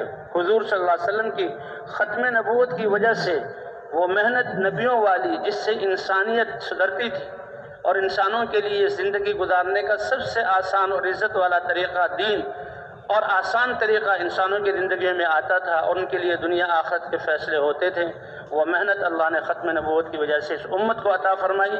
اس لیے فرمایا تم بہترین امت ہو، تم سارے انسانوں کے نفع رسانی کے لیے نکالے گئے ہو، اور وہ نفع رسانی کا کام کیا ہے؟ تأمرون بالمعروف وتنہون عن المنکر، نیکی کا تم حکم کرو گے، برائی سے روکو گے، اور اللہ کی ذات پر ایمان والے ہوگے۔ تو اللہ نے یہ بھی بیان فرما دیا، اس لیے حضور صلی اللہ علیہ وسلم نے اپنی امت کو پہلے دن سے اس محنت میں ساتھ لیا۔ یہ لا الہ الا اللہ محمد الرسول اللہ، جسے اللہ کی ذات پر ایمان، حضور صلی اللہ علیہ وسلم کی رسالت پر ایمان، پھر آپ پہ خاتم النبیین ہونے کا عقیدہ اور یقین، اور اس پر ایمان، اور ختم نبوت کی وجہ سے اب یہ فریضہ ہر کلمہ گو کے ذمہ ہے، اس محنت کا احساس اور اس پر اپنی زندگی کو ترتیب دینا۔ اسی لیے اللہ فرماتے ہیں قل ھذہ سبیلی ادعو الی اللہ علی بصیرۃ انا ومن اتبعنی وسبحان اللہ وما انا من المشرکین۔ اے پیارے نبی آپ کہہ دیجئے یہ ہے میرا راستہ، شارع عام جس پر چل کر زندگی گزاروں گا، راستہ کسی منزل تک پہنچنے کے لیے، اور سب سے بڑی منزل تو حضور صلی اللہ علیہ وسلم کی اللہ کی رضا، اللہ کی محبوبیت، اور پھر پوری امت کو اس پر چلانا کا یہ ہے میرا راستہ کہ اللہ کی طرف میں بلاتا ہوں سمجھ بوجھ کے ساتھ، یہ میرا راستہ بھی ہے۔ اور جس نے میری اتباع کی کہ لا الہ الا اللہ محمد رسول اللہ کہہ دیا، یہ اتنا اونچا، اتنا بڑا، اتنا طاقتور کلمہ، اور مسلمان کا اتنا بڑا اقرار اور اللہ سے ایک سودا ہے۔ اللہ فرماتے ہیں کہ جیسے نبی کو چنا ہے ایسے ہی تمہارا راستہ بھی وہی ہے جو نبی کا تھا، کہ جس نے میری اتباع کی اس کا کام بھی اللہ کی طرف بلانا ہے۔ اس لیے فرماتے ہیں اس محنت سے مقصود کہ امت سے صدیوں سے جو محنت چھوٹی ہوئی تھی حضور صلی اللہ علیہ وسلم والی، کہ جن کی محنت سے صحابہ کرام کا ایک مجموعہ بنا، اللہ نے اپنی رضا کا پروانہ ان کے لیے اتارا، اور صحابہ کرام کو ذریعہ بنا، حضور اللہ نے چنا ان کو اپنے نبی کی صحبت کے لیے، اور اس امت میں دین کے پھیلانے کی ابتدا کے لیے، اور ان کے ذریعے سے اللہ نے پوری کائنات میں جو ہے وہ دین کو پھیلایا۔ تو اللہ نے یہ محنت دی، 3 صدیوں تک یہ امت یہ محنت کرتی رہی، اور اس کے بعد صدیوں سے ایک پورے عالم کو سامنے رکھ کر اس محنت کو کرنا یہ امت سے چھوٹ گیا تھا۔ اہل علم، مشائخ، اللہ والے اپنے اپنے علاقوں میں اپنے اپنے محدود دائروں میں اس محنت کو کرتے رہے، جس کی برکت سے یہ دین کسی نہ کسی صورت میں ہم تک پہنچا ہے۔ لیکن پورے عالم کو سامنے رکھ کر سارے انسانیت کی ہمدردی، پوری دنیا کو سامنے رکھ کر یہ اللہ نے ہمیں سوچ اور وچار اور فکر اور یہ محنت حضرت مولانا الیاس صاحب رحمۃ اللہ علیہ کے ذریعے سے عطا فرمائی ہے کہ ہم تو سارے انسانوں کے ذمہ دار ہیں، ہم سارے انسانوں کے خیر خواہ ہیں۔ اے اللہ تو نے یہ محنت عطا فرمائی ہم سے نہ ہوئی، اے اللہ اس کمزوری کو اور ہماری کوتاہی کو معاف فرما دے، اور اس بات کا عزم کرنا کہ اے اللہ ہم آئندہ اس محنت کو اپنی زندگی کا مقصد بنا کر کریں گے، اور یہ ہماری زندگی کا مقصد ہے۔ یہ عزم کرنا اور ساری انسانیت کو سامنے رکھ کر اپنی زندگی کی ترتیب دینا، یہ اس امت کی امتیازی چیز ہے۔ اس لیے حضور صلی اللہ علیہ وسلم نے ہر امتی کو اپنے ساتھ لیا۔ جو کلمہ پڑھتا تھا وہ فوراً اس کی دعوت پر لگتا تھا، اور دعوت ہی کے ذریعے سے ایمان اور یقین، اور پھر سب سے اہم نماز، جیسے عرض کیا گیا کہ 50 نمازیں اللہ نے دی تھی، 5 نمازیں رہ گئیں، اور 5 نمازوں پر یہ کہ 50 نمازوں کا اجر عطا فرماؤں گا۔ اب یہ نماز کتنا بڑا عمل ہے۔ وَاسْتَعِينُوا بِالصَّبْرِ وَالصَّلَاةِ، اللہ کی مدد چاہو دین پر جمنے کے ساتھ، ناگواریوں پر صبر کرنے کے ساتھ اور نماز کے ساتھ۔ وَأْمُرْ أَهْلَكَ بِالصَّلَاةِ وَاسْتَبِرْ عَلَيْهَا لَا نَسْأَلُكَ رِزْقًا نَحْنُ نَرْزُقُكَ وَالْعَاقِبَةُ لِلتَّقْوَىٰ، کہ آپ اپنے گھر والوں کو نماز کا حکم کرتے رہیے اور نماز کی ادائیگی پر جمے رہیے۔ ہم آپ سے روزی کموانا نہیں چاہتے، رزق تو اللہ دیں گے۔ یعنی اس پر علماء فرماتے ہیں کہ نماز پر رزق کا وعدہ بھی ہے، اور بہترین انجام وہ تقوی والوں کے لیے ہے کہ جن کی زندگی پاکیزہ، اللہ کے احکام سے معمور بھری ہوئی، اور حضور صلی اللہ علیہ وسلم کی سنت کے مطابق ان کے اعمال تقوی، ان کے لیے بہترین انجام ہے۔ تو اللہ تعالیٰ نے یہ نماز عطا فرمائی۔ عصر اور یہ فجر کی نماز ایسی ہے کہ ان نمازوں کی گواہی آسمانوں پر دی جاتی ہے کہ اللہ کے فرشتے ہیں جو انسانوں کے اعمال کو لکھتے ہیں، اور وہ 2 جماعتوں میں ہیں، اور ان کی فجر اور عصر اس وقت ان کی خدمتیں بدلتی ہیں، ان کی باریاں بدلتی ہیں۔ نماز کے عین وقت میں فجر سے لے کر آج عصر تک جو اعمال لکھتے رہے یہ آسمانوں پر جاتے ہیں، اللہ کے دربار میں اعمال پیش کرتے ہیں، اور آسمانوں سے اسی عصر کی نماز کے وقت فجر تک دوسرے فرشتے آ جاتے ہیں۔ اب یہ نماز کتنی اہم ہے، اللہ پوچھتے ہیں میرے فرشتوں، میرے بندوں کو کس حال میں تم نے پایا، کس حال میں چھوڑا؟ تو فرشتے گواہی دیتے ہیں اے اللہ اتیناہم وہم یصلون وترکناہم وہم یصلون، جب ہم ان کے پاس آئے تھے تب بھی نماز پڑھ رہے تھے، اور نماز ہی کی حالت میں ہم ان کو چھوڑ کر آئے ہیں۔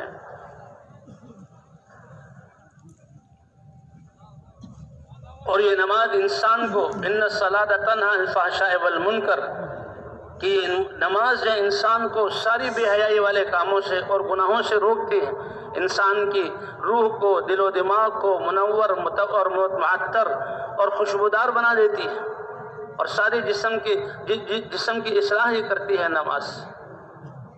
ایک شخص ایمان لائے، دین میں داخل ہوئے، ان کی کچھ پرانی عادتیں تھیں، وہ کرتے تھے۔ صحابہ کرام نے عرض کیا یا رسول اللہ ایمان تو لے آیا ہے لیکن یہ اعمال بھی کر رہا ہے۔ حضور صلی اللہ علیہ وسلم نے پوچھا کیا وہ نماز پڑھتا ہے؟ کہ بالکل پڑھتا ہے۔ کہ پھر یقین رکھو اس کی نماز ان ساری چیزوں سے روک دے گی۔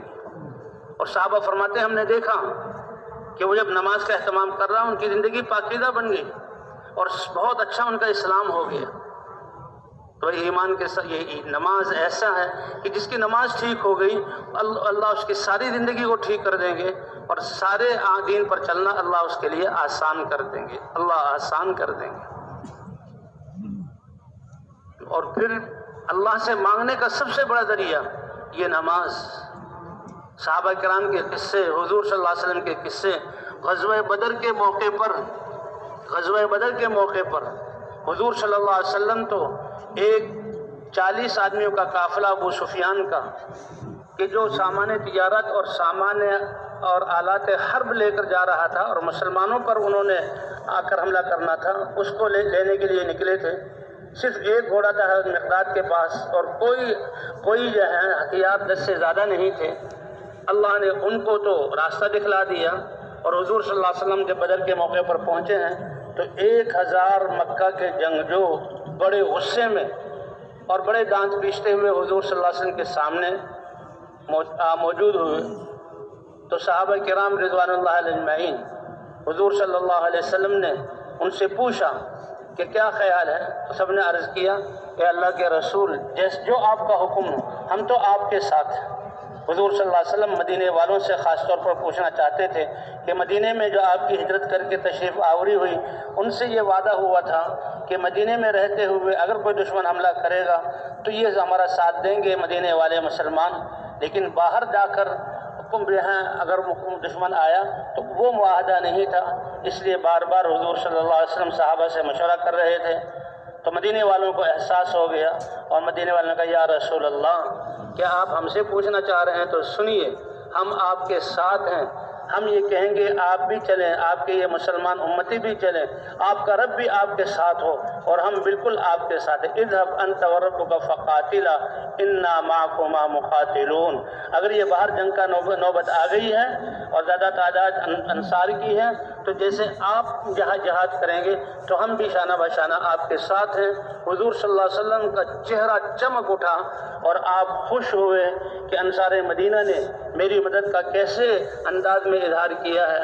اور پھر حضور صلی اللہ علیہ وسلم پھر صحابہ تو رات کے وقت میں سوئے اور اللہ کے رسول ایک درخت کے نیچے ساری رات اللہ سے مانگتے رہے۔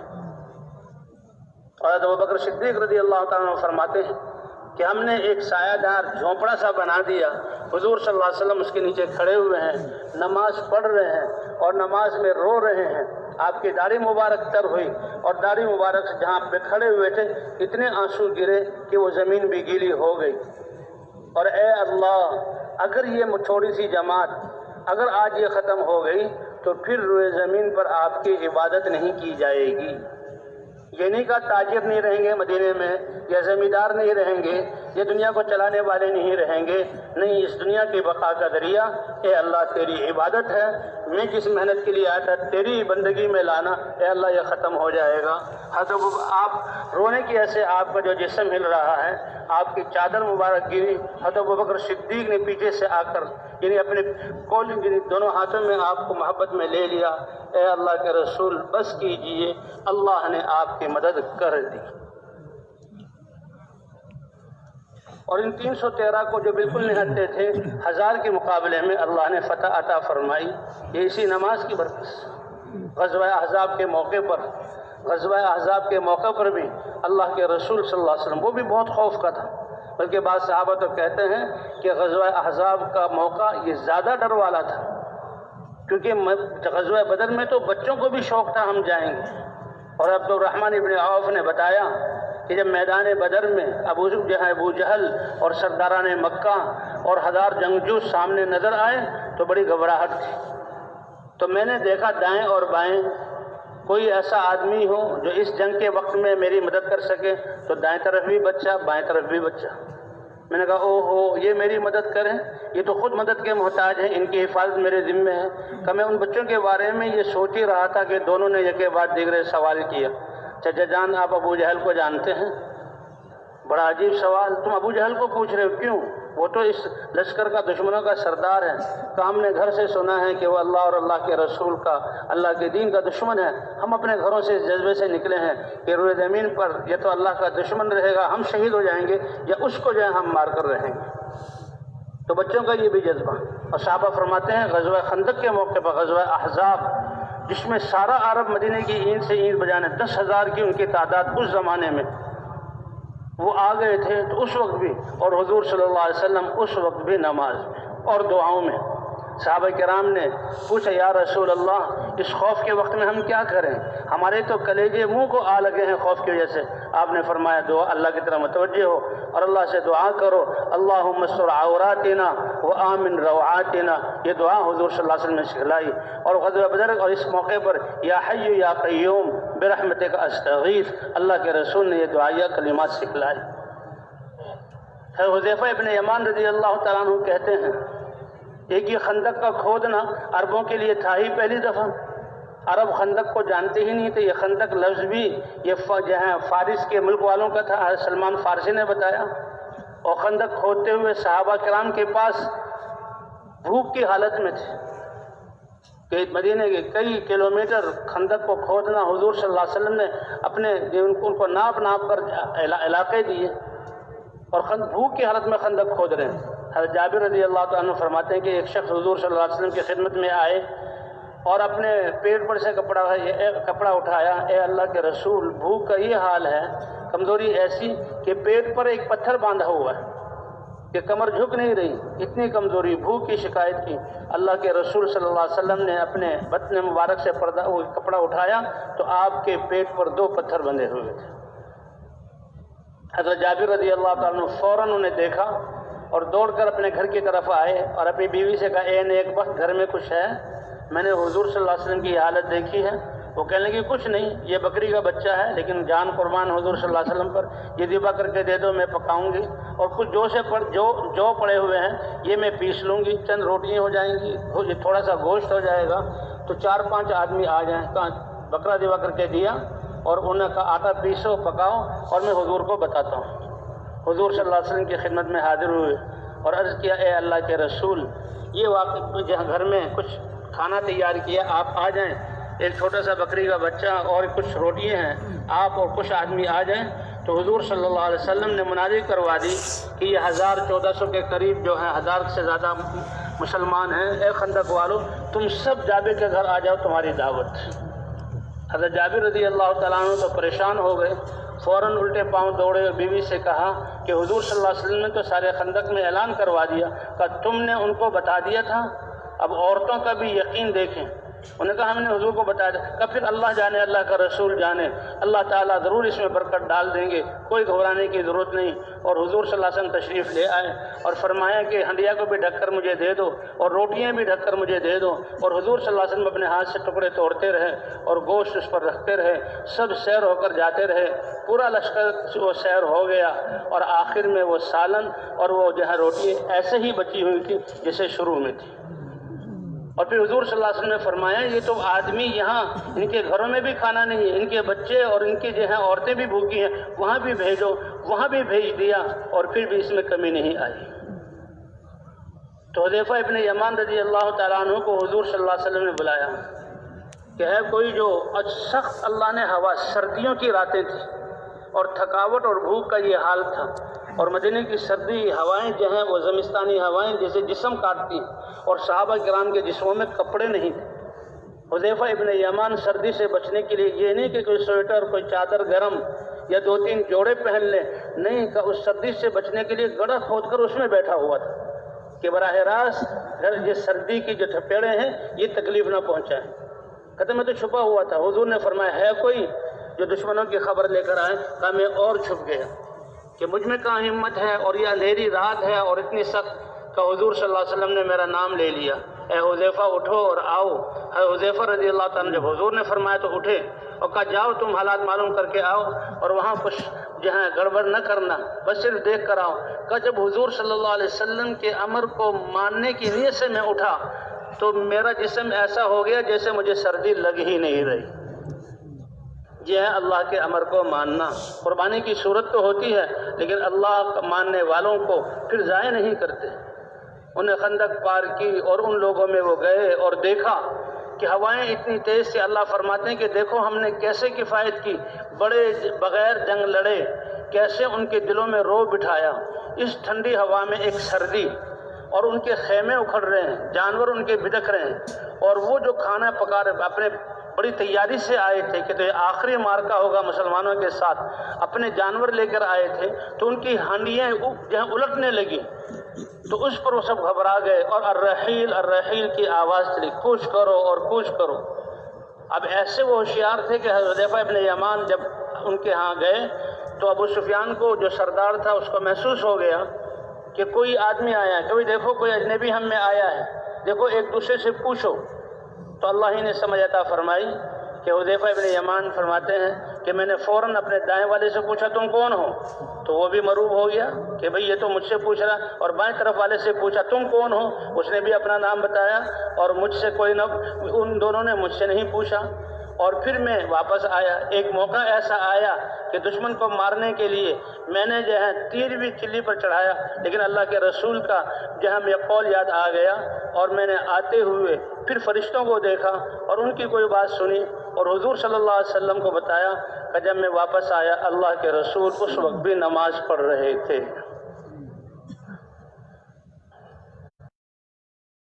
تو یہ نماز اللہ نے ایسی عبادت عطا فرمائی ہے کہ جب نماز بن گئی تو ساری زندگی کے اعمال حضرت عمر رضی اللہ تعالیٰ عنہ جب کسی علاقے کا کسی کو نگران اور گورنر بناتے تھے تو اس کی نماز دیکھتے تھے، اور حدیث میں بھی آتا ہے قیامت میں سب سے پہلے نماز کے بارے میں سوال ہوگا، اس لیے جس کی نماز صحیح ہے تو یہ علامت ہے کہ اس کے سارے اعمال ٹھیک ہیں۔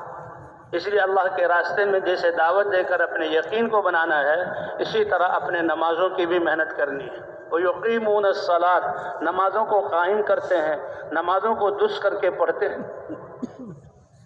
اور پھر نمازوں کی طرف آنا کہ اللہ تعالیٰ اس نماز کی برکت سے، یعنی جیسے پہلے عرض کیا گیا تھا کہ 5 نمازیں ہیں اور اللہ 50 نمازوں کا ثواب عطا فرمائیں گے۔ اسی طرح بھی ہماری ساری زندگی، جیسے کہ انسان یہ اعمال کا مشین ہے اور اعمال کا سرمایہ، ہر سانس اور ہر لمحہ اللہ کے حکم کے مطابق ہو اور حضرت محمد صلی اللہ علیہ وسلم کے طریقے کے مطابق۔ مختصر سی زندگی دی ہے، 60 سال بھی جس کی زندگی ہے، 80 سال ہے، تہائی حصہ تو سونے میں جاتا ہے، 12-13 سال اس کے بچپن کے ہیں، اور پھر بڑھاپے میں انسان پھر کمزور ہو جاتا ہے، پھر کہاں پہلے کی طرح وہ اعمال کر سکتا ہے۔ یہ 7-8 سال کا عرصہ، اس میں انسان کھانا پینا بھی ہے، اس میں انسان کا اپنا کاروبار بھی ہے، پھر اللہ کی عبادت کا وقت، یہ تو چند گھڑیے ہیں۔ تو بھئی یہ اگر ہم اللہ کے، یہ ہمارا اللہ کے دین، اللہ کے امر کے مطابق گزر جائیں تو اللہ ساری زندگی کو عبادت والا شمار کر لیتے ہیں۔ اس لیے کہتے ہیں انسان کا تو ہر عمل وہ اللہ کا امر، ہر عمل میں یہ کہ بھی یہ اللہ کے امر کی وجہ سے اور حضور صلی اللہ علیہ وسلم کے طریقے پر۔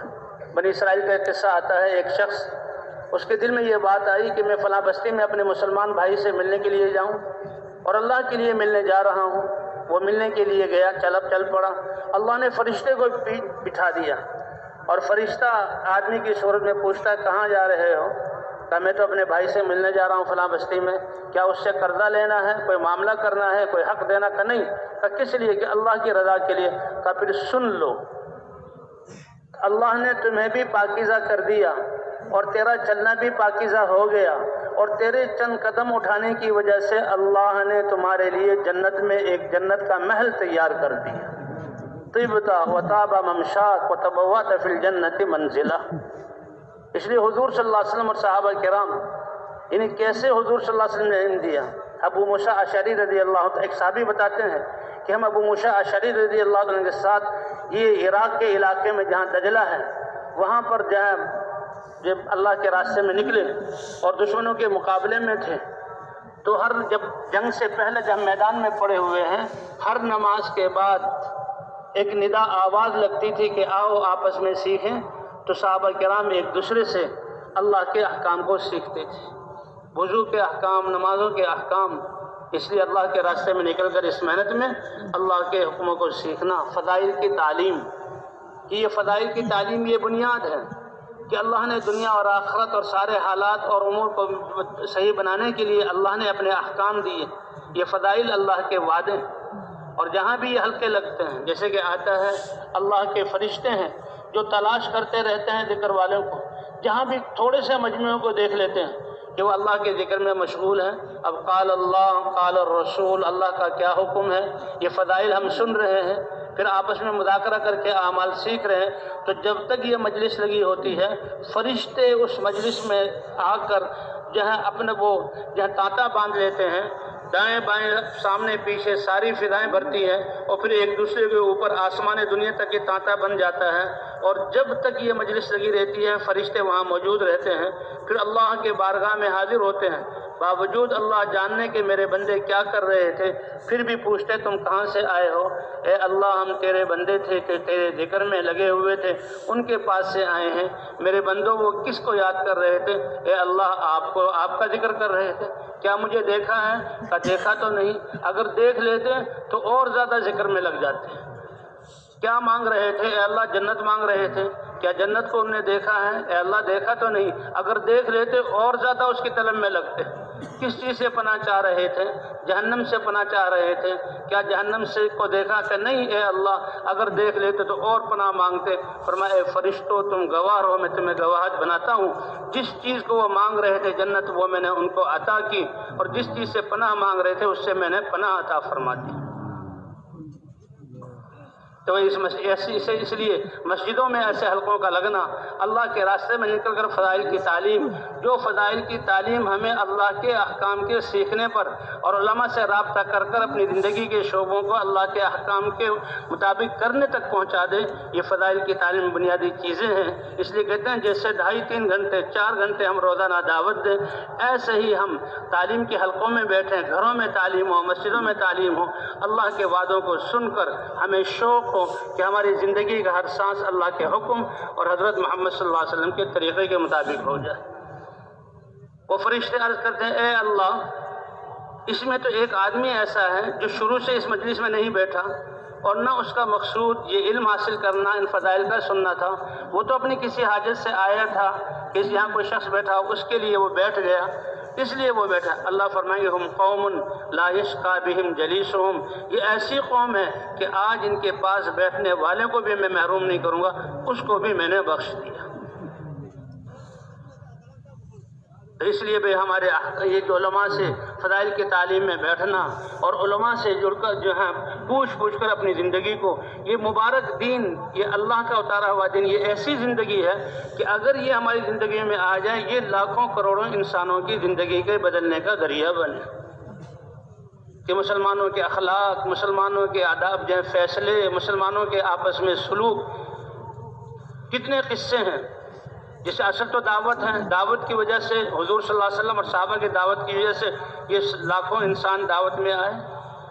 مسلمان حضرت عمر رضی اللہ تعالیٰ عنہ کی بہن کے گھر تعلیم کا حلقہ وہ حضرت عمر رضی اللہ تعالیٰ عنہ کی ہدایت کا ذریعہ بنا، کہ کافروں نے تو ان کو کتنے بڑے مقصد کے لیے، روئے زمین کے سب سے بڑے گناہ کے لیے بھیجا تھا، اور غصے میں تلوار لیے جا رہے تھے۔ ایک صحابی نے بابا کہ معاملہ بڑا خطرناک ہے، تو عمر کو روک لیا۔ اے عمر کیا کہا کہ بس آخری فیصلہ ہے، سمجھ گئے؟ اے عمر کیا تم محمد صلی اللہ علیہ وسلم کی قوم بنی ہاشم سے مطمئن ہو گئے ہو کہ وہ تمہیں چھوڑ دیں گے؟ اچھا تو تم ان کے متبع اور پیروکار ہو، پہلے تمہارا ہی کام کر دوں۔ قریب تھا کہ تلواریں جو ہیں ٹکرائیں اور کسی کا خون ہو۔ وہ صحابی بڑے سمجھدار تھا، اے عمر تم کہاں تک اس کا مقابلہ کرو گے؟ یہ دین تو تمہارے گھر میں داخل ہو چکا ہے۔ میرے گھر میں کیسے داخل ہو گیا؟ کہ تمہاری بہن فاطمہ وہ اس کلمے کا اقرار کر چکی ہے۔ بس ہر طرح سے توجہ ہٹی اور اپنی بہن کو سزا دینا اور بہنوں ہی کو مارنا، اس کا ارادہ کر کے وہ گھر میں گئے اور زور زور سے دروازہ کھٹکھٹایا۔ حضرت خباب رضی اللہ تعالیٰ عنہ وہ ان کو قرآن پڑھا رہے تھے، ایسے تھا پڑھنا پڑھانا، تو وہ تو بیچارے پہلے ہی آگ کے انگاروں پر لٹائے جاتے تھے، ان کو بہت مارا جاتا تھا، کوئی ان کا خاندان تھا ہی نہیں، سب کچھ اللہ کے لیے برداشت کریں، وہ تو چھپ گئے۔ جب بہنوں ہی نے دروازہ کھولا تو ان کی پٹائی شروع کر دی۔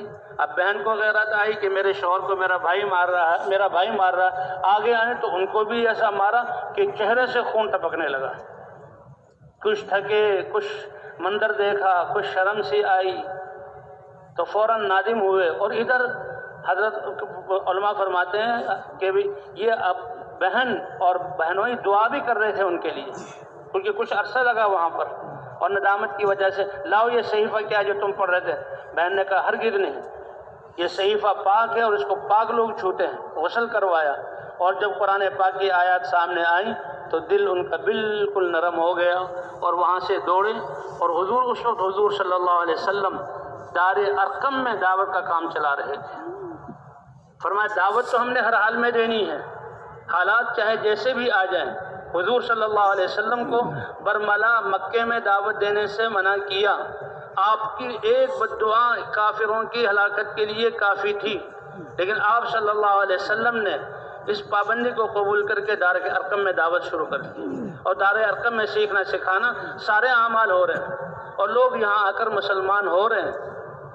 شیب ابی طالب میں حضور صلی اللہ علیہ وسلم اور آپ کی قوم کو اگرچہ ان میں بہت سے مسلمان نہیں ہوئے تھے، 3 سال تک بند رکھا گیا۔ بہت سے کافر ہوتے ہوئے اہل مکہ وہ حضور کے بڑے ہمدرد تھے، لیکن غلبہ یہ ہے بدماش لوگوں کا تھا، اس لیے انہوں نے کہا کہ ان کو بند کرو۔ تو حضور صلی اللہ علیہ وسلم آپ کی قوم کو شیب ابی طالب میں بند کیا گیا کہ کوئی باہر سے ان کا کوئی تعلق نہ ہو، کھانے پینے کی چیز کوئی نہ لائے، اس لیے بھوک اور پیاس کی حالت میں یہ گزرا۔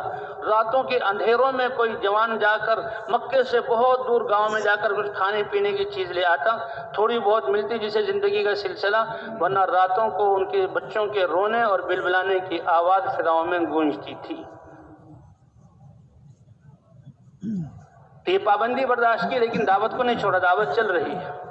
وہ تو اللہ کی شان ایسی ہوئی کہ غالباً ابو طالب نے یہ خواب دیکھا کہ وہ جو عہد نامہ لکھا ہوا ہے اس کو دیمک لگ گئی ہے، اور جب دیمک لگ گئی ہے عہد نامہ ہی ختم تو وہ معاملہ ہی ختم۔ تو بات چلی، کہا کہ دیکھو، اور بعض لوگ چاہتے بھی تھے یہ ظلم ہو رہا ہے، محمد صلی اللہ علیہ وسلم کتنے اچھی صفات والے۔ جب اس عہد نامے کو لایا گیا تو واقعی سارے عہد نامے کو جہاں دیمک نے کھا لیا تھا، سوائے جہاں اللہ کا نام لکھا ہوا ہے وہ محفوظ تھا، باقی کافروں کی جو شرطیں تھیں سب کھا لی۔ اس طرح 3 سال بعد حضور صلی اللہ علیہ وسلم اور آپ کے قوم شیب ابی طالب سے نکلی۔ حضرت عمر رضی اللہ تعالیٰ عنہ دار ارقم کی طرف گئے، حضرت بلال رضی اللہ تعالیٰ عنہ دربانی کے فرائض انجام دے رہے تھے، ایک دم گھبرائے کہ عمر آ رہا ہے، اے اللہ کے رسول یہ عمر آ رہے ہیں۔ اللہ کے رسول صلی اللہ علیہ وسلم سمجھ گئے کہ رات کو جو میں نے دعا مانگی ہے اللہ سے وہ عمر کے حق میں قبول ہو گئی۔ اے اللہ، یہ عمرو بن ہشام جس کا بعد میں نام ابو جہل پڑا، اور یہ عمر بن خطاب، دونوں عمر نامی بڑے قوت والے ہیں، اپنی صلاحیتوں کو ضائع کر رہے ہیں، اے اللہ ان میں سے کسی ایک کو تو ہدایت دے کر اسلام کو مضبوط فرما دے۔ تو سمجھ گئے کہ حضرت عمر کے حق میں یہ دعا قبول ہوئی ہے، تو فوراً کہا آنے دو اس کو، اور وہ حضرت عمر رضی اللہ عنہ حضور صلی اللہ علیہ وسلم کے سامنے بیٹھے اور کہا اشہد ان لا الہ الا اللہ واشہد ان محمد رسول اللہ۔ تو صحابہ کرام کی دعوت اور صحابہ کرام کی قربانیاں یہ ہدایت کے اور ایسے لوگوں کے جہاں دین میں آنے کا ذریعہ بنا۔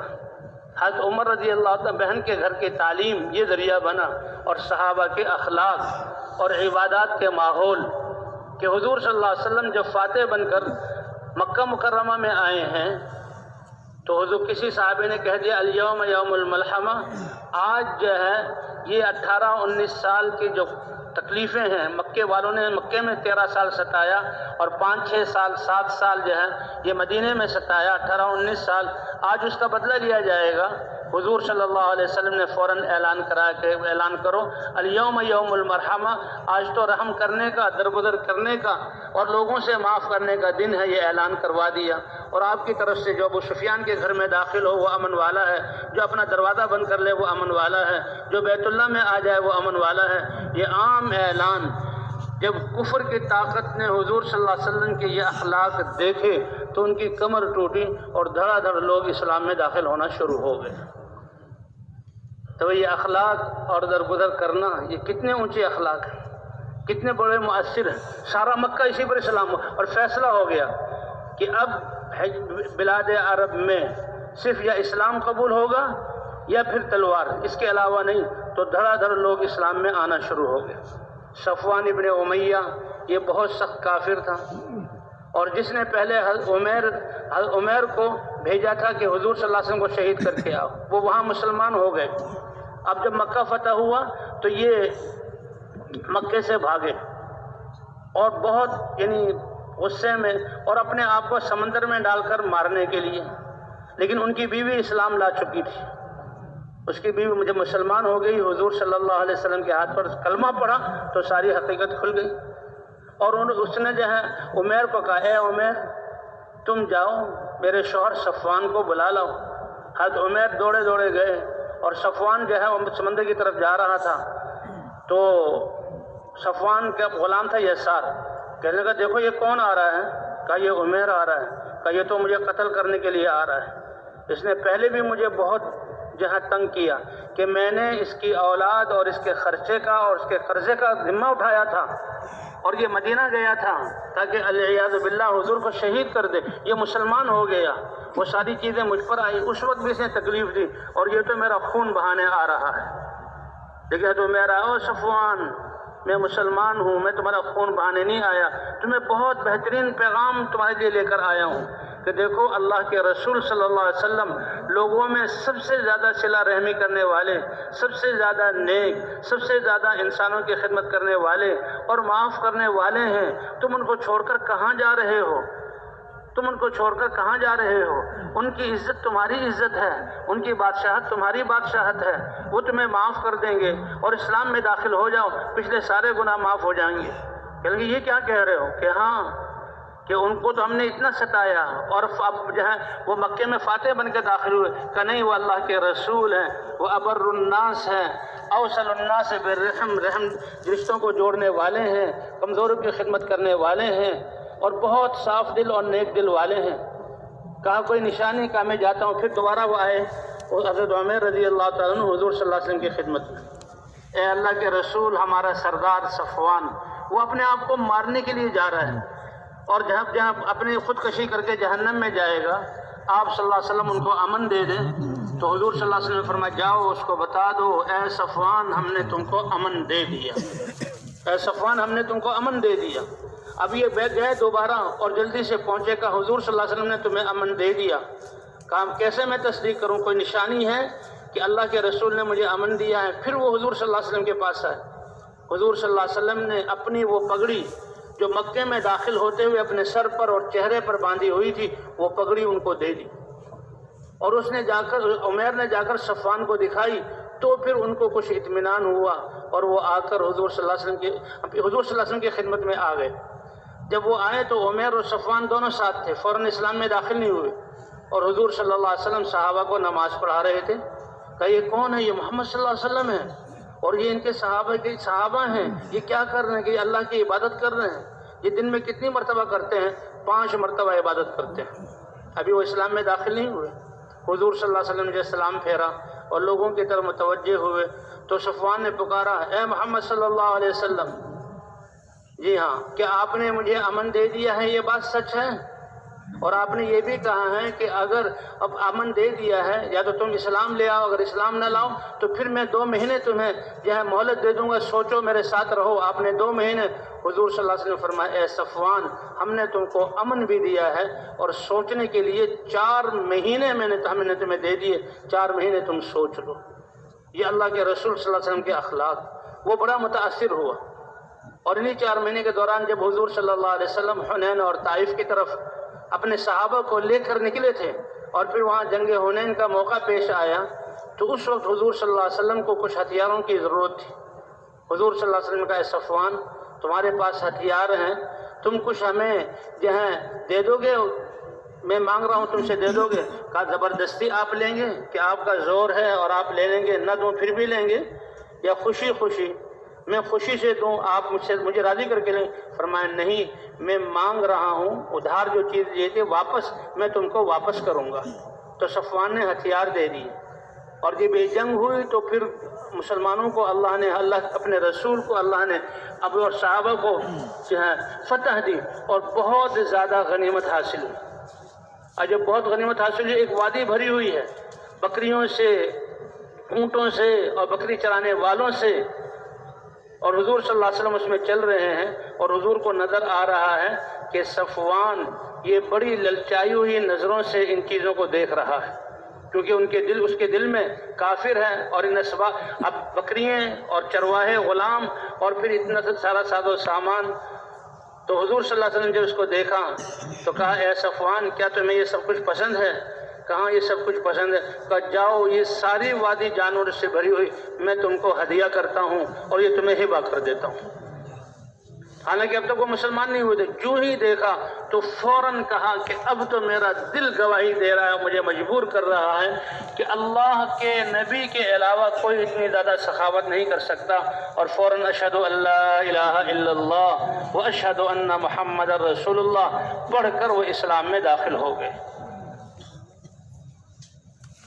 تو حضور صلی اللہ علیہ وسلم کی سخاوت اور یہ اعمال، کہتے ابو سفیان بھی مسلمان ہو گئے تھے، لیکن ان کی بیوی ہندہ، وہ تو ابو سفیان کے مسلمان ہونے پر بڑی غصہ، بلکہ ایسی جرأت کہ اپنے خاوند کو پکڑ کر زمین پر لٹایا اور اس کو پیٹنا شروع کیا، اور مکے والوں کو آواز دے رہی ہے کہ دیکھو اس کو مارو، یہ جو ہے ڈر کی وجہ سے اسلام لے آیا، جن کے خلاف لڑتا رہا۔ لیکن جب رات کا منظر آیا اور رات سناٹا تھا اور حضرات صحابہ کرام اور حضور صلی اللہ علیہ وسلم بیت اللہ میں اللہ کے سامنے کھڑے ہو کر نماز پڑھ رہے تھے، دعاؤں میں لگے ہوئے تھے، رو رہے تھے، تو اس منظر نے ابو سفیان نے اپنی بیوی سے کہا دیکھو بالکونی سے پہاڑ پر سے دیکھو جہاں بیت اللہ کا جہاں منظر. اس نے جب دیکھا تو وہ حیران ہو گئی اور کہنے لگی کہ اللہ کی قسم کبھی بھی اس سے پہلے اللہ کی عبادت بیت اللہ میں ایسی نہیں کی گئی جیسی آج ہو رہی ہے.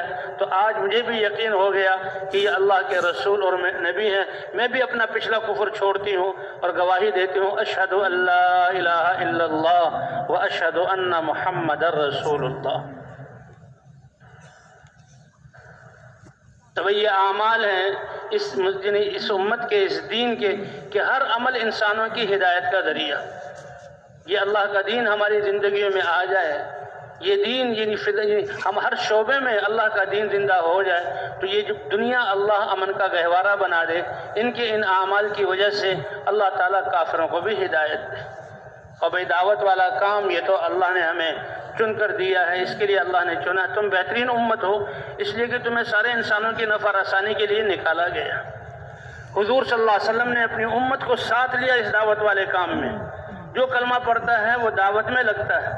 حضرت ابو ذر غفاری رضی اللہ تعالیٰ عنہ اسلام سے پہلے کتنے متاثر ہیں, کتنے ڈر رہے ہیں, حضرت علی سے کتنا عہد لیتے ہیں, لیکن کلمہ لا الہ الا اللہ محمد رسول اللہ پڑھ کے اس کلمے کا یقین اور حضور کی صحبت اور حضور کی نصیحت سے ایسا دنیا کا تاثر نکلا کہ اللہ کے رسول مجھے اجازت دیں کہ میں ان کو جا کر دعوت دوں. حضور نے فرمایا نہیں, حالات بہت خطرناک ہیں اور یہ تمہیں تکلیف پہنچائیں گے. تم اپنے علاقے میں جاؤ, وہاں دعوت والا کام کرو اور دعوت والا کام کر کے پھر تم آ جاؤ. کہنے یا رسول اللہ ایسا نہیں ہو سکتا. اسی وقت حضور کے پاس سے گئے اور بیت اللہ میں جہاں کافر اسلام کے خلاف مجلسیں لگائے ہوئے ہیں اور مختلف سردار اپنے اپنے جہاں ٹولیوں کے ساتھ بیٹھے ہوئے ہیں اور دشمنی کی اسکیمیں, دین کو ختم کرنے کی اسکیمیں, وہیں ابو ذر غفاری کہتے ہیں او مکہ والو سن لو. ابو ذر بھی اس اسلام میں داخل ہو گیا اور وہ اشہد ان لا الہ الا اللہ و اشہد ان محمد رسول اللہ. بس یہ سننا تھا کافروں کا. سب اٹھے اور سب ان پر پل پڑے اور عمر آئے ان پر اور ان کا اتنا پیٹا کہ جان نکلنے کا خطرہ ہو گیا. اس سب کو برداشت کر رہے ہیں لیکن دعوت کو چھوڑنے پر تیار نہیں. حضرت عباس رضی اللہ تعالی عنہ بڑے قد والے تھے, انہوں نے دیکھا, بڑے سمجھدار تھے. انہوں نے دیکھا اور انہوں نے اپنا جسم ان کے اوپر ڈالا. کہا او مکے والو کیا بے وقوفی کرتے ہو, اگر یہ شخص یہاں قتل ہو گیا تو یہ قبیلہ غفار کا سردار ہے. قبیلہ غفار جو تمہارے شام کے سفر میں پڑتا ہے اور تم وہاں سے اپنے کھانے پینے کی چیزیں, تجارت کا سامان لاتے ہو, وہ راستہ بند ہو گیا تو بھوکے مر جاؤ گے. اس وقت حضرت عباس رضی اللہ عنہ مسلمان نہیں ہوئے تھے تو ان کو چھڑایا اور پھر دوسرے دن حضرت ابو ذر غفاری رضی اللہ عنہ دعوت دے رہے ہیں, پھر تیسرے دن دعوت دے رہے ہیں. غرضے کے ہر مسلمان چاہے مرد ہو یا عورت ہو, غلام ہو یا آزاد ہو, بڑا ہو یا بچہ, ہر ایک حضور صلی اللہ علیہ وسلم کے ساتھ دعوت میں. حتیٰ کہ حضرت عورتیں وہ بھی دعوت میں. حضرت خدیجہ رضی اللہ تعالیٰ عنہ کو حضور صلی اللہ علیہ وسلم نے دعوت دی تو انہوں نے عرض کیا اے اللہ کے رسول سب سے پہلے مجھے دعوت دے رہے ہیں تو میں سب سے پہلے آپ کی دعوت کو قبول کرتی ہوں. اور اس دعوت کو قبول کرتی ہے خدیجہ رضی اللہ تعالیٰ عنہ کی اب صلاحیت اور آپ کی ساری جہاں طاقتیں اور سارا مال اب دین پر خرچ ہو رہا ہے. کہاں اب تک تجارت سے گھر میں نعمتیں اور مالوں کی ریل پیل تھی اور کھانے پینے کی وافر مقدار تھی, کہاں اس کلمے کو پڑھتے ہی وہ فکر وہاں سے بند ہو گئی اور سارا اللہ کے دین, کیونکہ آتا ہے ان کے بارے میں سب سے پہلے جو حضور کو تسلی دی, سب سے پہلے دین کی مدد کی اور سب سے پہلے کمزوروں پر جو مال خرچ کیا وہ خدیجہ رضی اللہ تعالیٰ عنہ ہے. کمانے کی فکر کا راستہ بند ہوا, خرچ کے راستے کھل گئے. چند دنوں بعد ہی یہاں فاقے گئی اور بھوک کی نوبت آ گئی. حضرت عمر رضی اللہ تعالیٰ عنہ جیسے بھی عرض کیا تھا, بہن کے گھر تعلیم اور فاطمہ جو بہن کا صبر اور دعا وہ ذریعہ بنا ہے بنیادی طور پر. تو حضرت فاطمہ کا اسلام میں آنا یہ حضرت خدیجہ رضی اللہ تعالیٰ عنہ کی دعوت سے ہوا. جہاں اللہ تعالیٰ نے حضور صلی اللہ علیہ وسلم کو عثمان جیسے جہاں ذو النورین عطا فرمائے کہ آپ کے یکے بعد دیگرے دو صاحبزادیوں کے شوہر اور ذو النورین کو کہا جاتا ہے, اور اتنا مال لگانے والے کہ ایک موقع پر حضور صلی اللہ علیہ وسلم نے آپ نے جو دراہم دیے خوش ہو رہے ہیں اور کہہ رہے ہیں کہ اگر عثمان فرائض کے علاوہ اب اگر کوئی دین کا کام نہ کرے تو کوئی عثمان کو نقصان نہیں پہنچائے گا, میں عثمان سے راضی ہوں, اللہ بھی اس سے راضی ہو جائے. تو عثمان رضی اللہ تعالیٰ عنہ کا اسلام میں آنا ان کی خالہ سعدہ بنت قریش کی دعوت سے ہے. پہلے انہوں نے دعوت دی تھی، پھر ابو بکر سے ملاقات ہوئی اور ابو بکر ان کو لے کر حضور کی خدمت میں آئے، اور سعدہ بنت قریش تک دعوت پہنچی تھی، وہ تو خدیجہ رضی اللہ تعالیٰ عنہ کی دعوت سے پہنچی تھی. تو حضرات انبیاء کرام کی محنت اور دعوت جو انسانوں کے دین ایمان پر آنے کا راستہ ہے، اور یہ دین ایمان دنیا اور آخرت میں انسانوں کی کامیابی کا راستہ ہے. ختم نبوت کے صدقے اللہ نے یہ محنت اس امت کو دی اور اس امت کو چنا. اس لیے حضور نے فرمایا کہ نبیوں میں سے میرا نصیب تمہارا نصیبہ میں ہوں، حضرت محمد صلی اللہ علیہ وسلم، اور امتوں میں سے میرا نصیبہ تم ہو، یعنی میری امت جو دعوت والی امت ہے. کنتم خیر امت اخرجت للناس. حجۃ الوداع کے موقع پر حضور صلی اللہ علیہ وسلم کہتے ہیں صحابہ کی تعداد یہ تو 4 یا 5 یا 5.5 6 تک بھی تعداد آتی ہے، قبائل چاروں طرف جو ہے صحابہ کرام. لیکن حضور صلی اللہ علیہ وسلم کے ساتھ جو حجۃ الوداع پر جو آخری مقدار ہے 1.25 لاکھ صحابہ. اور اس زمانے میں جو مینا اور مزدلفہ اور جو ہے عرفات، مینا اور مزدلفہ یہاں کے پہاڑ تو بہت تنگ تھے، یہ تو کاٹ کاٹ کر اب راستے بنائے گئے ہیں، اور 1.25 لاکھ کا مجمع ایسے ایک میدان میں جمع نہیں ہو سکتا. نہ صحابہ کرام کے پاس ایسا نظام تھا کہ ایسے کوئی صاحبان بنایا جاتا، وہ تو ہر ایک اپنے اپنے چھوٹے چھوٹے خیموں میں اور میلوں میں ان کا مجمع تھا. لیکن اللہ کے رسول صلی اللہ علیہ وسلم حجۃ الوداع کے موقع پر جو خطبہ دے رہے ہیں، غالباً پیر کا دن تھا، آپ کی آواز کا یہ معجزہ کہ 1.25 لاکھ صحابہ جو میلوں میں پھیلے ہوئے، اللہ آپ کی آواز بغیر ترجمان اور بغیر کسی آلے کے آخری انسان تک اللہ پہنچا رہے ہیں. اور آپ نے اس میں احکام، حضور صلی اللہ علیہ وسلم ایسے احکام بیان کر رہے ہیں کہ صحابہ کی آنکھوں میں آنسو آ گئے اور کہنے لگے حضور تو ایسے ہمیں نصیحت کر رہے ہیں کأنہا حجۃ مودع، کہ اس حج میں اللہ کے رسول اپنی امت کو الوداعی پیغام دے رہے ہیں. اس لیے اس کا نام حجۃ الوداع. حضور صلی اللہ علیہ وسلم کا ایک حج ایسا حج جس میں اپنی امت کو الوداع کہہ رہے ہیں. اور اس میں حضور صلی اللہ علیہ وسلم نے یہ پوچھا الا هل بلغت، اے میرے صحابہ کیا میں نے اللہ کا پیغام تم تک پہنچا دیا؟ یہ سب کو آواز پہنچی. سب صحابہ کرام رضوان اللہ علیہم نے ایک زبانوں کو کہا بلا یا رسول اللہ، کیوں نہیں اے اللہ کے رسول، بلغت الرسالہ، اللہ کا پیغام آپ نے پہنچایا، وادیت الامانہ، امانت کو اچھی طرح آپ نے ادا کیا، ونصحت الامہ، آپ نے امت کی بہت بہترین خیرخواہی کی، وجاہدت فی اللہ حق جہادہ، اللہ کے لیے آپ نے محنت کا حق ادا کر دیا. ہم اس کی گواہی دیتے ہیں. اللہ کے رسول نے آسمان کی طرف اشارہ کیا، اللہم فشہد، اللہم فشہد، اللہم فشہد، اے اللہ آپ گواہ رہیے کہ یہ تیرے بندے میرے بارے میں، تیرے نبی کے بارے میں گواہی دے رہے ہیں کہ میں نے پیغام پہنچا دیا. اور پھر امت کو یہ ذمہ داری دی الا فلیبلغ الشاہد منکم الغائب، تم میں سے جو بھی میرے دین کی جتنی بات کا شاہد ہے اس کو وہ علم ہے، غائب تک پہنچانا یہ اس کا فریضہ ہے.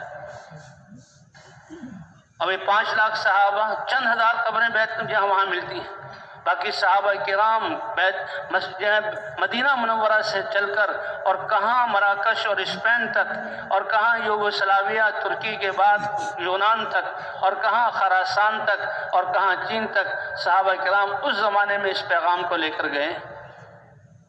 اور ان کی قبریں اس بات کی گواہی دے رہی ہیں کہ اللہ کے دین کے لیے مدینے میں ان کے گھر جھونپڑے، مدینے میں ان کے گھر مٹی کے، ان کے گھروں میں دیا نہیں جلتا، اور جہاں مدینے میں اسباب سے خالی، لیکن ان کے دل اللہ کی ذات پر ایمان اور انسانیت کی ہمدردی میں ایسے بھرے ہوئے.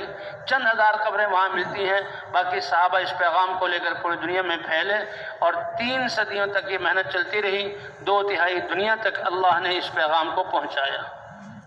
اللہ کے رسول صلی اللہ علیہ وسلم نے فرمایا انکم علی بینۃ من ربکم، تم اس واضح راستہ اور کھلی دلیل جو میں دے کر جا رہا ہوں اس پر تم باقی رہو گے. اور کیا کام کرتے رہو گے؟ ما لم تظہر فیکم سکرتان، جب تک کہ تم میں 2 بری چیزوں کا نشہ نہ آ جائے. انکم علی بینۃ من ربکم ما لم تظہر فیکم سکرتان، تم کھلے واضح راستے پر اور کھلی دلیل پر ہو، اور روشن جہاں تم دین پر ہو، جب تک کہ دو نشہ تم میں ظاہر نہ ہو، سکرت الجہل، کہ اللہ کے احکام سے تم ناواقف ہو جاؤ اور اس کا نشہ تم پر چھا جائے،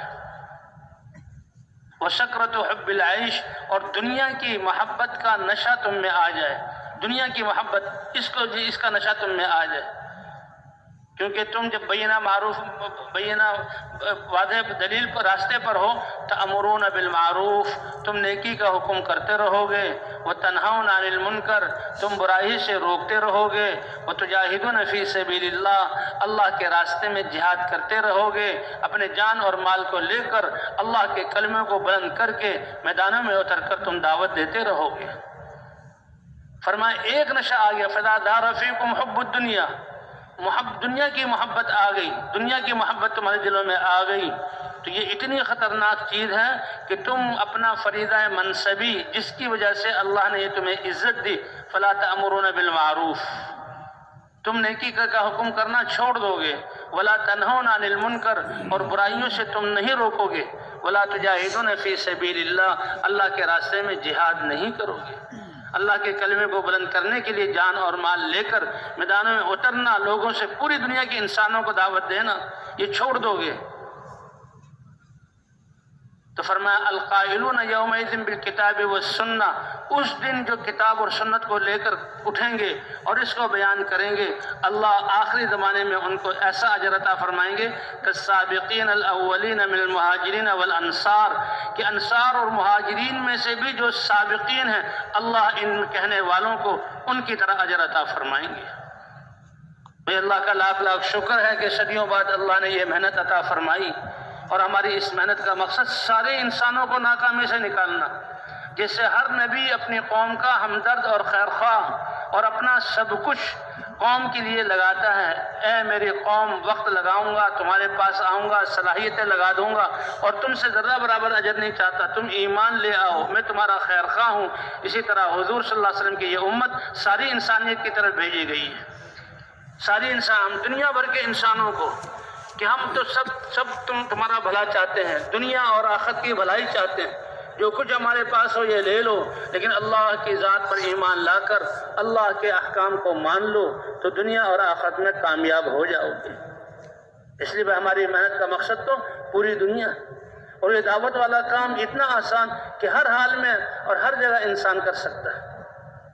یہ رکاوٹیں اور یہ حالات اور یہ پریشانیاں، یہ تو امتحان اور اللہ کے قرب کو ترقی کے لیے اور اللہ کے قرب میں زیادتی کے لیے آتی ہے، یہ امتحان روکنے کے لیے نہیں۔ جیسے کہ عرض کیا کہ دار ارقم میں حضور دعوت دے رہے ہیں، اور شیب ابی طالب میں آپ صلی اللہ علیہ وسلم دعوت دے رہے ہیں، غزوہ صلح حدیبیہ پر آپ کو واپس کیا گیا، اور بظاہر یہ کہ حضرت عمر رضی اللہ تعالیٰ عنہ جیسی ہستی بھی، کہ اللہ کے رسول کیا ہم حق پر نہیں ہیں؟ حق پر ہیں۔ کہ یہ کافر باطل پر نہیں ہیں؟ باطل پر ہیں۔ کیا ان کے مرنے والے جہنم میں نہیں جائیں گے اور ہمارے مرنے والے جنت میں جائیں گے؟ ضرور جائیں گے۔ اور پھر ہم کثرت میں ہیں تو کیوں ان کی بات مانیں؟ اے عمر، اللہ کا مجھے یہی حکم ہے۔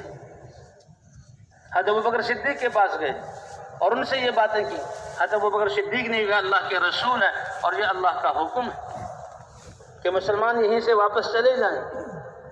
وہ سہیل صحابی یہ بعد میں مسلمان ہوئے، ان کے مسلمان ہونے کا واقعہ بھی بڑا عجیب ہے۔ تو سہیل جو ہے یہ جو اس وقت صلح کے لیے کافروں کی طرف سے آئے، اللہ کے رسول صلی اللہ علیہ وسلم نے فرمایا اللہ نے تمہارا معاملہ آسان کر دیا، اور کہا بھئی صلح نامہ لکھو۔ وہ لکھنے لگے تو حضرت علی رضی اللہ تعالیٰ عنہ کو حضور نے بلوایا، وہ کاتب تھے، لکھو کہ یہ عہد نامہ ہے محمد الرسول اللہ کی طرف سے مکے والوں کی طرف۔ وہ کہنے لگے، حضرت علی نے پہلے تو لکھا بسم اللہ الرحمن الرحیم، یہ بسم اللہ الرحمن الرحیم لکھنے لگے۔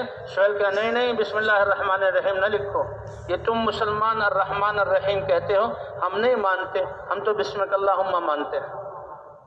تو حضور نے فرمایا ٹھیک ہے بسم اللہ نہ لکھو، بسمک اللہم لکھ دو۔ وہ لکھا، اور پھر جب آگے لکھا محمد الرسول اللہ، رسول اللہ کی طرف سے، حضرت علی لکھ چکے تھے۔ حضور صلی اللہ علیہ وسلم نے وہ کہنے کہ ہم آپ کو جھگڑا ہی سارا یہ ہے کہ آپ اللہ کے رسول ہیں، اسی میں تو جھگڑا ہے، ہم نہیں مانتے، آپ لکھو محمد ابن عبداللہ کی طرف سے۔ حضور نے فرمایا اے علی رسول اللہ کو مٹا دو، یا اے اللہ کے رسول میں نہیں مٹا سکتا۔ فرمایا مجھے بتاؤ۔ آپ نے اپنے لعاب دہن کو وہاں لگایا اور سیاہی وہاں ماند پڑ گئی، اور پھر آگے انہوں نے اپنی شرائط لگائی۔ انہوں نے کہا کہ دیکھو اگر جو کوئی مسلمانوں میں سے کافر بن کے ہمارے پاس آئے گا ہم بالکل آپ کو نہیں دیں گے، اور اگر کوئی مسلمانوں ہم کافروں میں سے مسلمان بن کر آپ کے پاس آئے گا، آپ کے پاس پہنچ بھی جائے تو آپ کو واپس کرنا پڑے گا، تاکہ ہم اس کو پیٹیں، ماریں، عذاب دیں، دین سے روکیں۔ اسی اثنا میں جی ہاں ابو جندل جو سہیل کے بیٹے تھے وہ بیڑیوں سمیت روتے چلاتے اور گرتے پڑتے آئے اور صحابہ کے بیچ میں اپنے آپ کو ڈالا۔ اے اللہ کے رسول بڑی مشکل سے نکل کر آیا ہوں اور خود کوششوں سے نکل کر آیا ہوں اور میں اب آپ تک پہنچ گیا ہوں۔ حضور نے فرمایا اے سہیل ابھی یہ عہد نامہ لکھا نہیں گیا اور میں اللہ کا نبی مسلمانوں کا سردار ہوں، میرے کہنے پر اس کو ہمیں دے دو اور واپس نہ لے جاؤ۔ لیکن سہیل اڑ گئے کہ نہیں اس کو واپس کرنا ہوگا۔ تو حضور نے کہا اے ابو جندل واپس چلے جاؤ۔ وہ اور روئے چلائے اور مسلمانوں کے رونگٹے کھڑے ہو گئے کہ کیسے ایک مسلمان کو جس کو دن رات عذاب دیا جا رہا ہے اور اللہ کے رسول واپس کر رہے ہیں، لیکن اللہ کا امر یہی ہے۔ تو اس کو واپس کیا گیا، اور اس کے بعد جب عہد نامہ لکھا گیا حضور صلی اللہ علیہ وسلم نے فرمایا کہ صحابہ تم احرام کھول دو اور اپنے سر منڈواؤ۔ تو صحابہ کرام حیران اور پریشان اور زیادہ غم۔ تو حضور صلی اللہ علیہ وسلم غالب حضرت ام سلمہ رضی اللہ تعالیٰ عنہ تھی، ان کی خدمت وہاں ان خیمے میں آئے۔ اے ام سلمہ صحابہ میری بات مان نہیں رہے۔ کہ یا رسول اللہ صحابہ آپ کی نافرمانی نہیں کر سکتے، لیکن ان کو غم اور رنج اتنا ہے کہ بیت اللہ کے منہ پر پہنچ کر طواف اور بیت اللہ کی زیارت کیے بغیر ہم واپس جائیں۔ اے اللہ کے رسول آپ اپنے حلاق کو بلا کر اپنا سر مونڈے۔ حضور صلی اللہ علیہ وسلم باہر تشریف لائے، اپنے حلاق کو بلایا اور سر موننا شروع کیا۔ تو صحابہ بھی جب اپنے سردار حضرت محمد صلی اللہ علیہ وسلم کو دیکھا تو ایک دوسرے کا سر موننے لگے، لیکن غم اور افسوس میں ہاتھ ایسے ہل رہے تھے کہ بالوں کے ساتھ کھال بھی کٹ رہی تھی، بال بھی نیچے گر رہے تھے اور خون بھی گر رہا تھا۔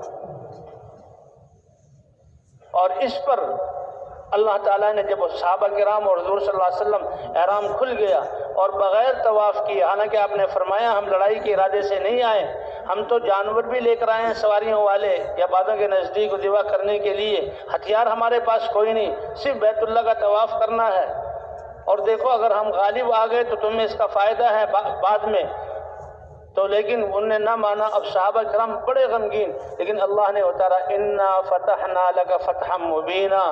اے پیارے نبی اور اے ایمان والو، یہ جو آپ نے یہ اللہ کی بات کو مانا، اپنے جذبات کو قربان کیا، ہم نے آپ کو فتح مبین عطا فرما دی۔ اور فرمایا یہی فتح یہی صلح حدیبیہ ذریعہ بنی ہے مکے کے فتح ہونے کا۔ تو بہرحال بھی اللہ تعالیٰ نے حضور صلی اللہ علیہ وسلم کی ختم نبوت کی جیسے یہ محنت عطا فرمائی ہے۔ اس محنت کا مقصد ہر انسان تک یہ پیغام کہ دیکھو اللہ نے ہمیں دنیا اور آخرت میں کامیابی دینے کے لیے یہ دین مرحمت فرمایا ہے اور اپنے احکام اتارے ہیں، اور دنیا والوں کو بتانا سارے مشکلات کے حل، سارے وباؤں کا حل، ساری لڑائیوں اور پریشانیوں کا حل اللہ کے دین پر آنا ہے۔ اللہ کا وعدہ ہے، جسے عرض کیا کہ اگر بستیوں والے ایمان اور تقوی والے ہو گئے ہیں تو ہم زمین اور آسمان کی برکتوں کے دروازے کھول دیں۔ اور کیسے حضور صلی اللہ علیہ وسلم کے زمانے میں عربوں کی لڑائی دشمنی ہے، اللہ نے اس دین کی برکت سے کیسے بھائی چارے والی زندگی عطا فرمائی، اور کتنا اونچا مقام اللہ نے مرحمت فرمایا۔ تو صدیوں بعد یہ محنت ہمیں ملی ہے، اللہ اس محنت کی قدر کرنے کی توفیق عطا فرمائے۔ اور اللہ ہمیں اس محنت میں ہر حال میں استقامت کے ساتھ اس محنت کو کرنے کی توفیق عطا فرمائے۔ اور یہ محنت کیا ہے؟ سب سے پہلے تو ہم سارے انسانیت کی ہمدردی لے کر اور ان کی بھلائی اور خیر خواہی کے لیے یہ عزم کرنا کہ بقیہ زندگی اے اللہ تیرے کلمے کو بلند کرنے میں اور تیرے نبی کی محنت کو تیرے نبی کے طریقے پر کرنا، یہ ہماری زندگی کا مقصد ہے۔ اگر یہ مجمع اس بات کا عزم ارادہ کر لے تو اللہ کی نظروں میں اس کی قیمت بڑھ جائے اور اسی نیت پر ہی اللہ کے تعالیٰ کے رحمت کے فیصلے عالم کے لیے اتریں۔ تو بتائے بھائی اس کے لیے تیار ہے نا انشاءاللہ؟ اے اللہ جو اب تک یہ ساری پریشانیاں اور ساری جو ہیں بیماریاں اور ساری وبائیں اور انسانیت جو ہے ظلم کی چکی میں پس رہی ہے، اس محنت کو ہم سے چھوٹ گئی اس کی وجہ سے۔ اے اللہ پچھلی خطاؤں سے ہم معافی مانگتے ہیں، اور اے اللہ ہم استغفار و توبہ کرتے ہیں، اور آئندہ کے لیے عزم کہ یہ محنت ہماری زندگی کا مقصد ہے۔ ہم تو جہاں بھی ہوں ہم حضور صلی اللہ علیہ وسلم کے امتی ہیں اور ساری انسانی کی طرف بھیجے ہوئے ہیں، اور ہم تو ہر ایک کو ایک ایک کے دروازے پر جانا اور اس کے بات سمجھانا اور دنیا والوں کو آواز کہ اللہ کو مان لو، اللہ کے احکام کو مان لو، حضور صلی اللہ علیہ وسلم کی رسالت پہ ایمان لے آؤ، تقوی والی زندگی اختیار کر لو، اللہ دنیا میں بھی کامیاب کر دیں گے اور آخرت میں بھی کامیاب کر دیں گے۔ اور امت مسلمہ کے ہر فرد کو کہ اللہ کا یہ پیغام پہنچانا یہ ہماری ذمہ داری ہے۔ اس کے لیے مسجدوں کا ماحول بھی ہے، اپنے گھروں میں بھی بچوں کی تربیت اور دعوت والا ماحول ہے، اور پڑوس کسی کو بھی نہ چھوڑیں، اور نیت تو پوری دنیا کے انسانوں تک جانے کی ہو، کیونکہ اللہ نے ہمیں اس مقصد کے لیے بھیجا۔ اس کے لیے بھائی جتنے بھی ساتھی ہیں، یہ 7 مہینے اور سال، ابھی تو کچھ حالات ہیں لیکن انشاءاللہ 7 مہینے اور سال کے ذریعے پوری دنیا کے انسانوں کو پیغام پہنچانا، اس کے ساتھی نیت کریں کہ جو ہیں یہاں جن کے قوائف پورے ہیں حالات بننے پر ہم 7 مہینے اور سال کے لیے اللہ کے راستے میں جائیں گے۔ اور یہاں پر اپنے ملک میں سال پیدل جماعتیں، ایک ایک گاؤں، ایک ایک گھر، ایک ایک علاقے میں پہنچنا اور سارے انسانوں کی نیت کر کے ایک ایک کو یہ پیغام پہنچانا، اے دنیا والو اللہ کی ذات پر یقین کر لو، اللہ پر ایمان لے آؤ، اللہ کے احکام کو نبی کے طریقے پر مان لو، اور اے امت محمدیہ حضور صلی اللہ علیہ وسلم کی محنت کو حضور کے طریقے پر کرنے والے بن جاؤ۔ اس محنت میں کیا ہے؟ روزانہ دعوت دینا، مخلوق سے اللہ کی طرف بلانا، اسباب اور اموال سے اعمال کی طرف بلانا، اور دنیا سے آخرت کی طرف بلانا کہ اللہ نے ہمیں آخرت کے لیے بنایا ہے، ہم آخرت کی طرف جا رہے ہیں، اور فضائل کی تعلیم کے ذریعے اپنی زندگیوں میں ہر شعبے میں اللہ کے احکام کے مطابق ان شعبوں کو بجا لانا، اور بھائی عبادات اور ذکر کا اہتمام کرنا، اور حضور صلی اللہ علیہ وسلم کے اخلاق اور آپ والی نیت اور شفقت والی ہمدردی والی نیت کے ساتھ سارے انسانوں کی نیت کر کے ہر ایک کو دعوت دینا۔ تو اس کے لیے تیار ہے نا انشاءاللہ ساتھی؟ اب آپ حضرات ماشاءاللہ نیت کر لیں سال کے لیے 7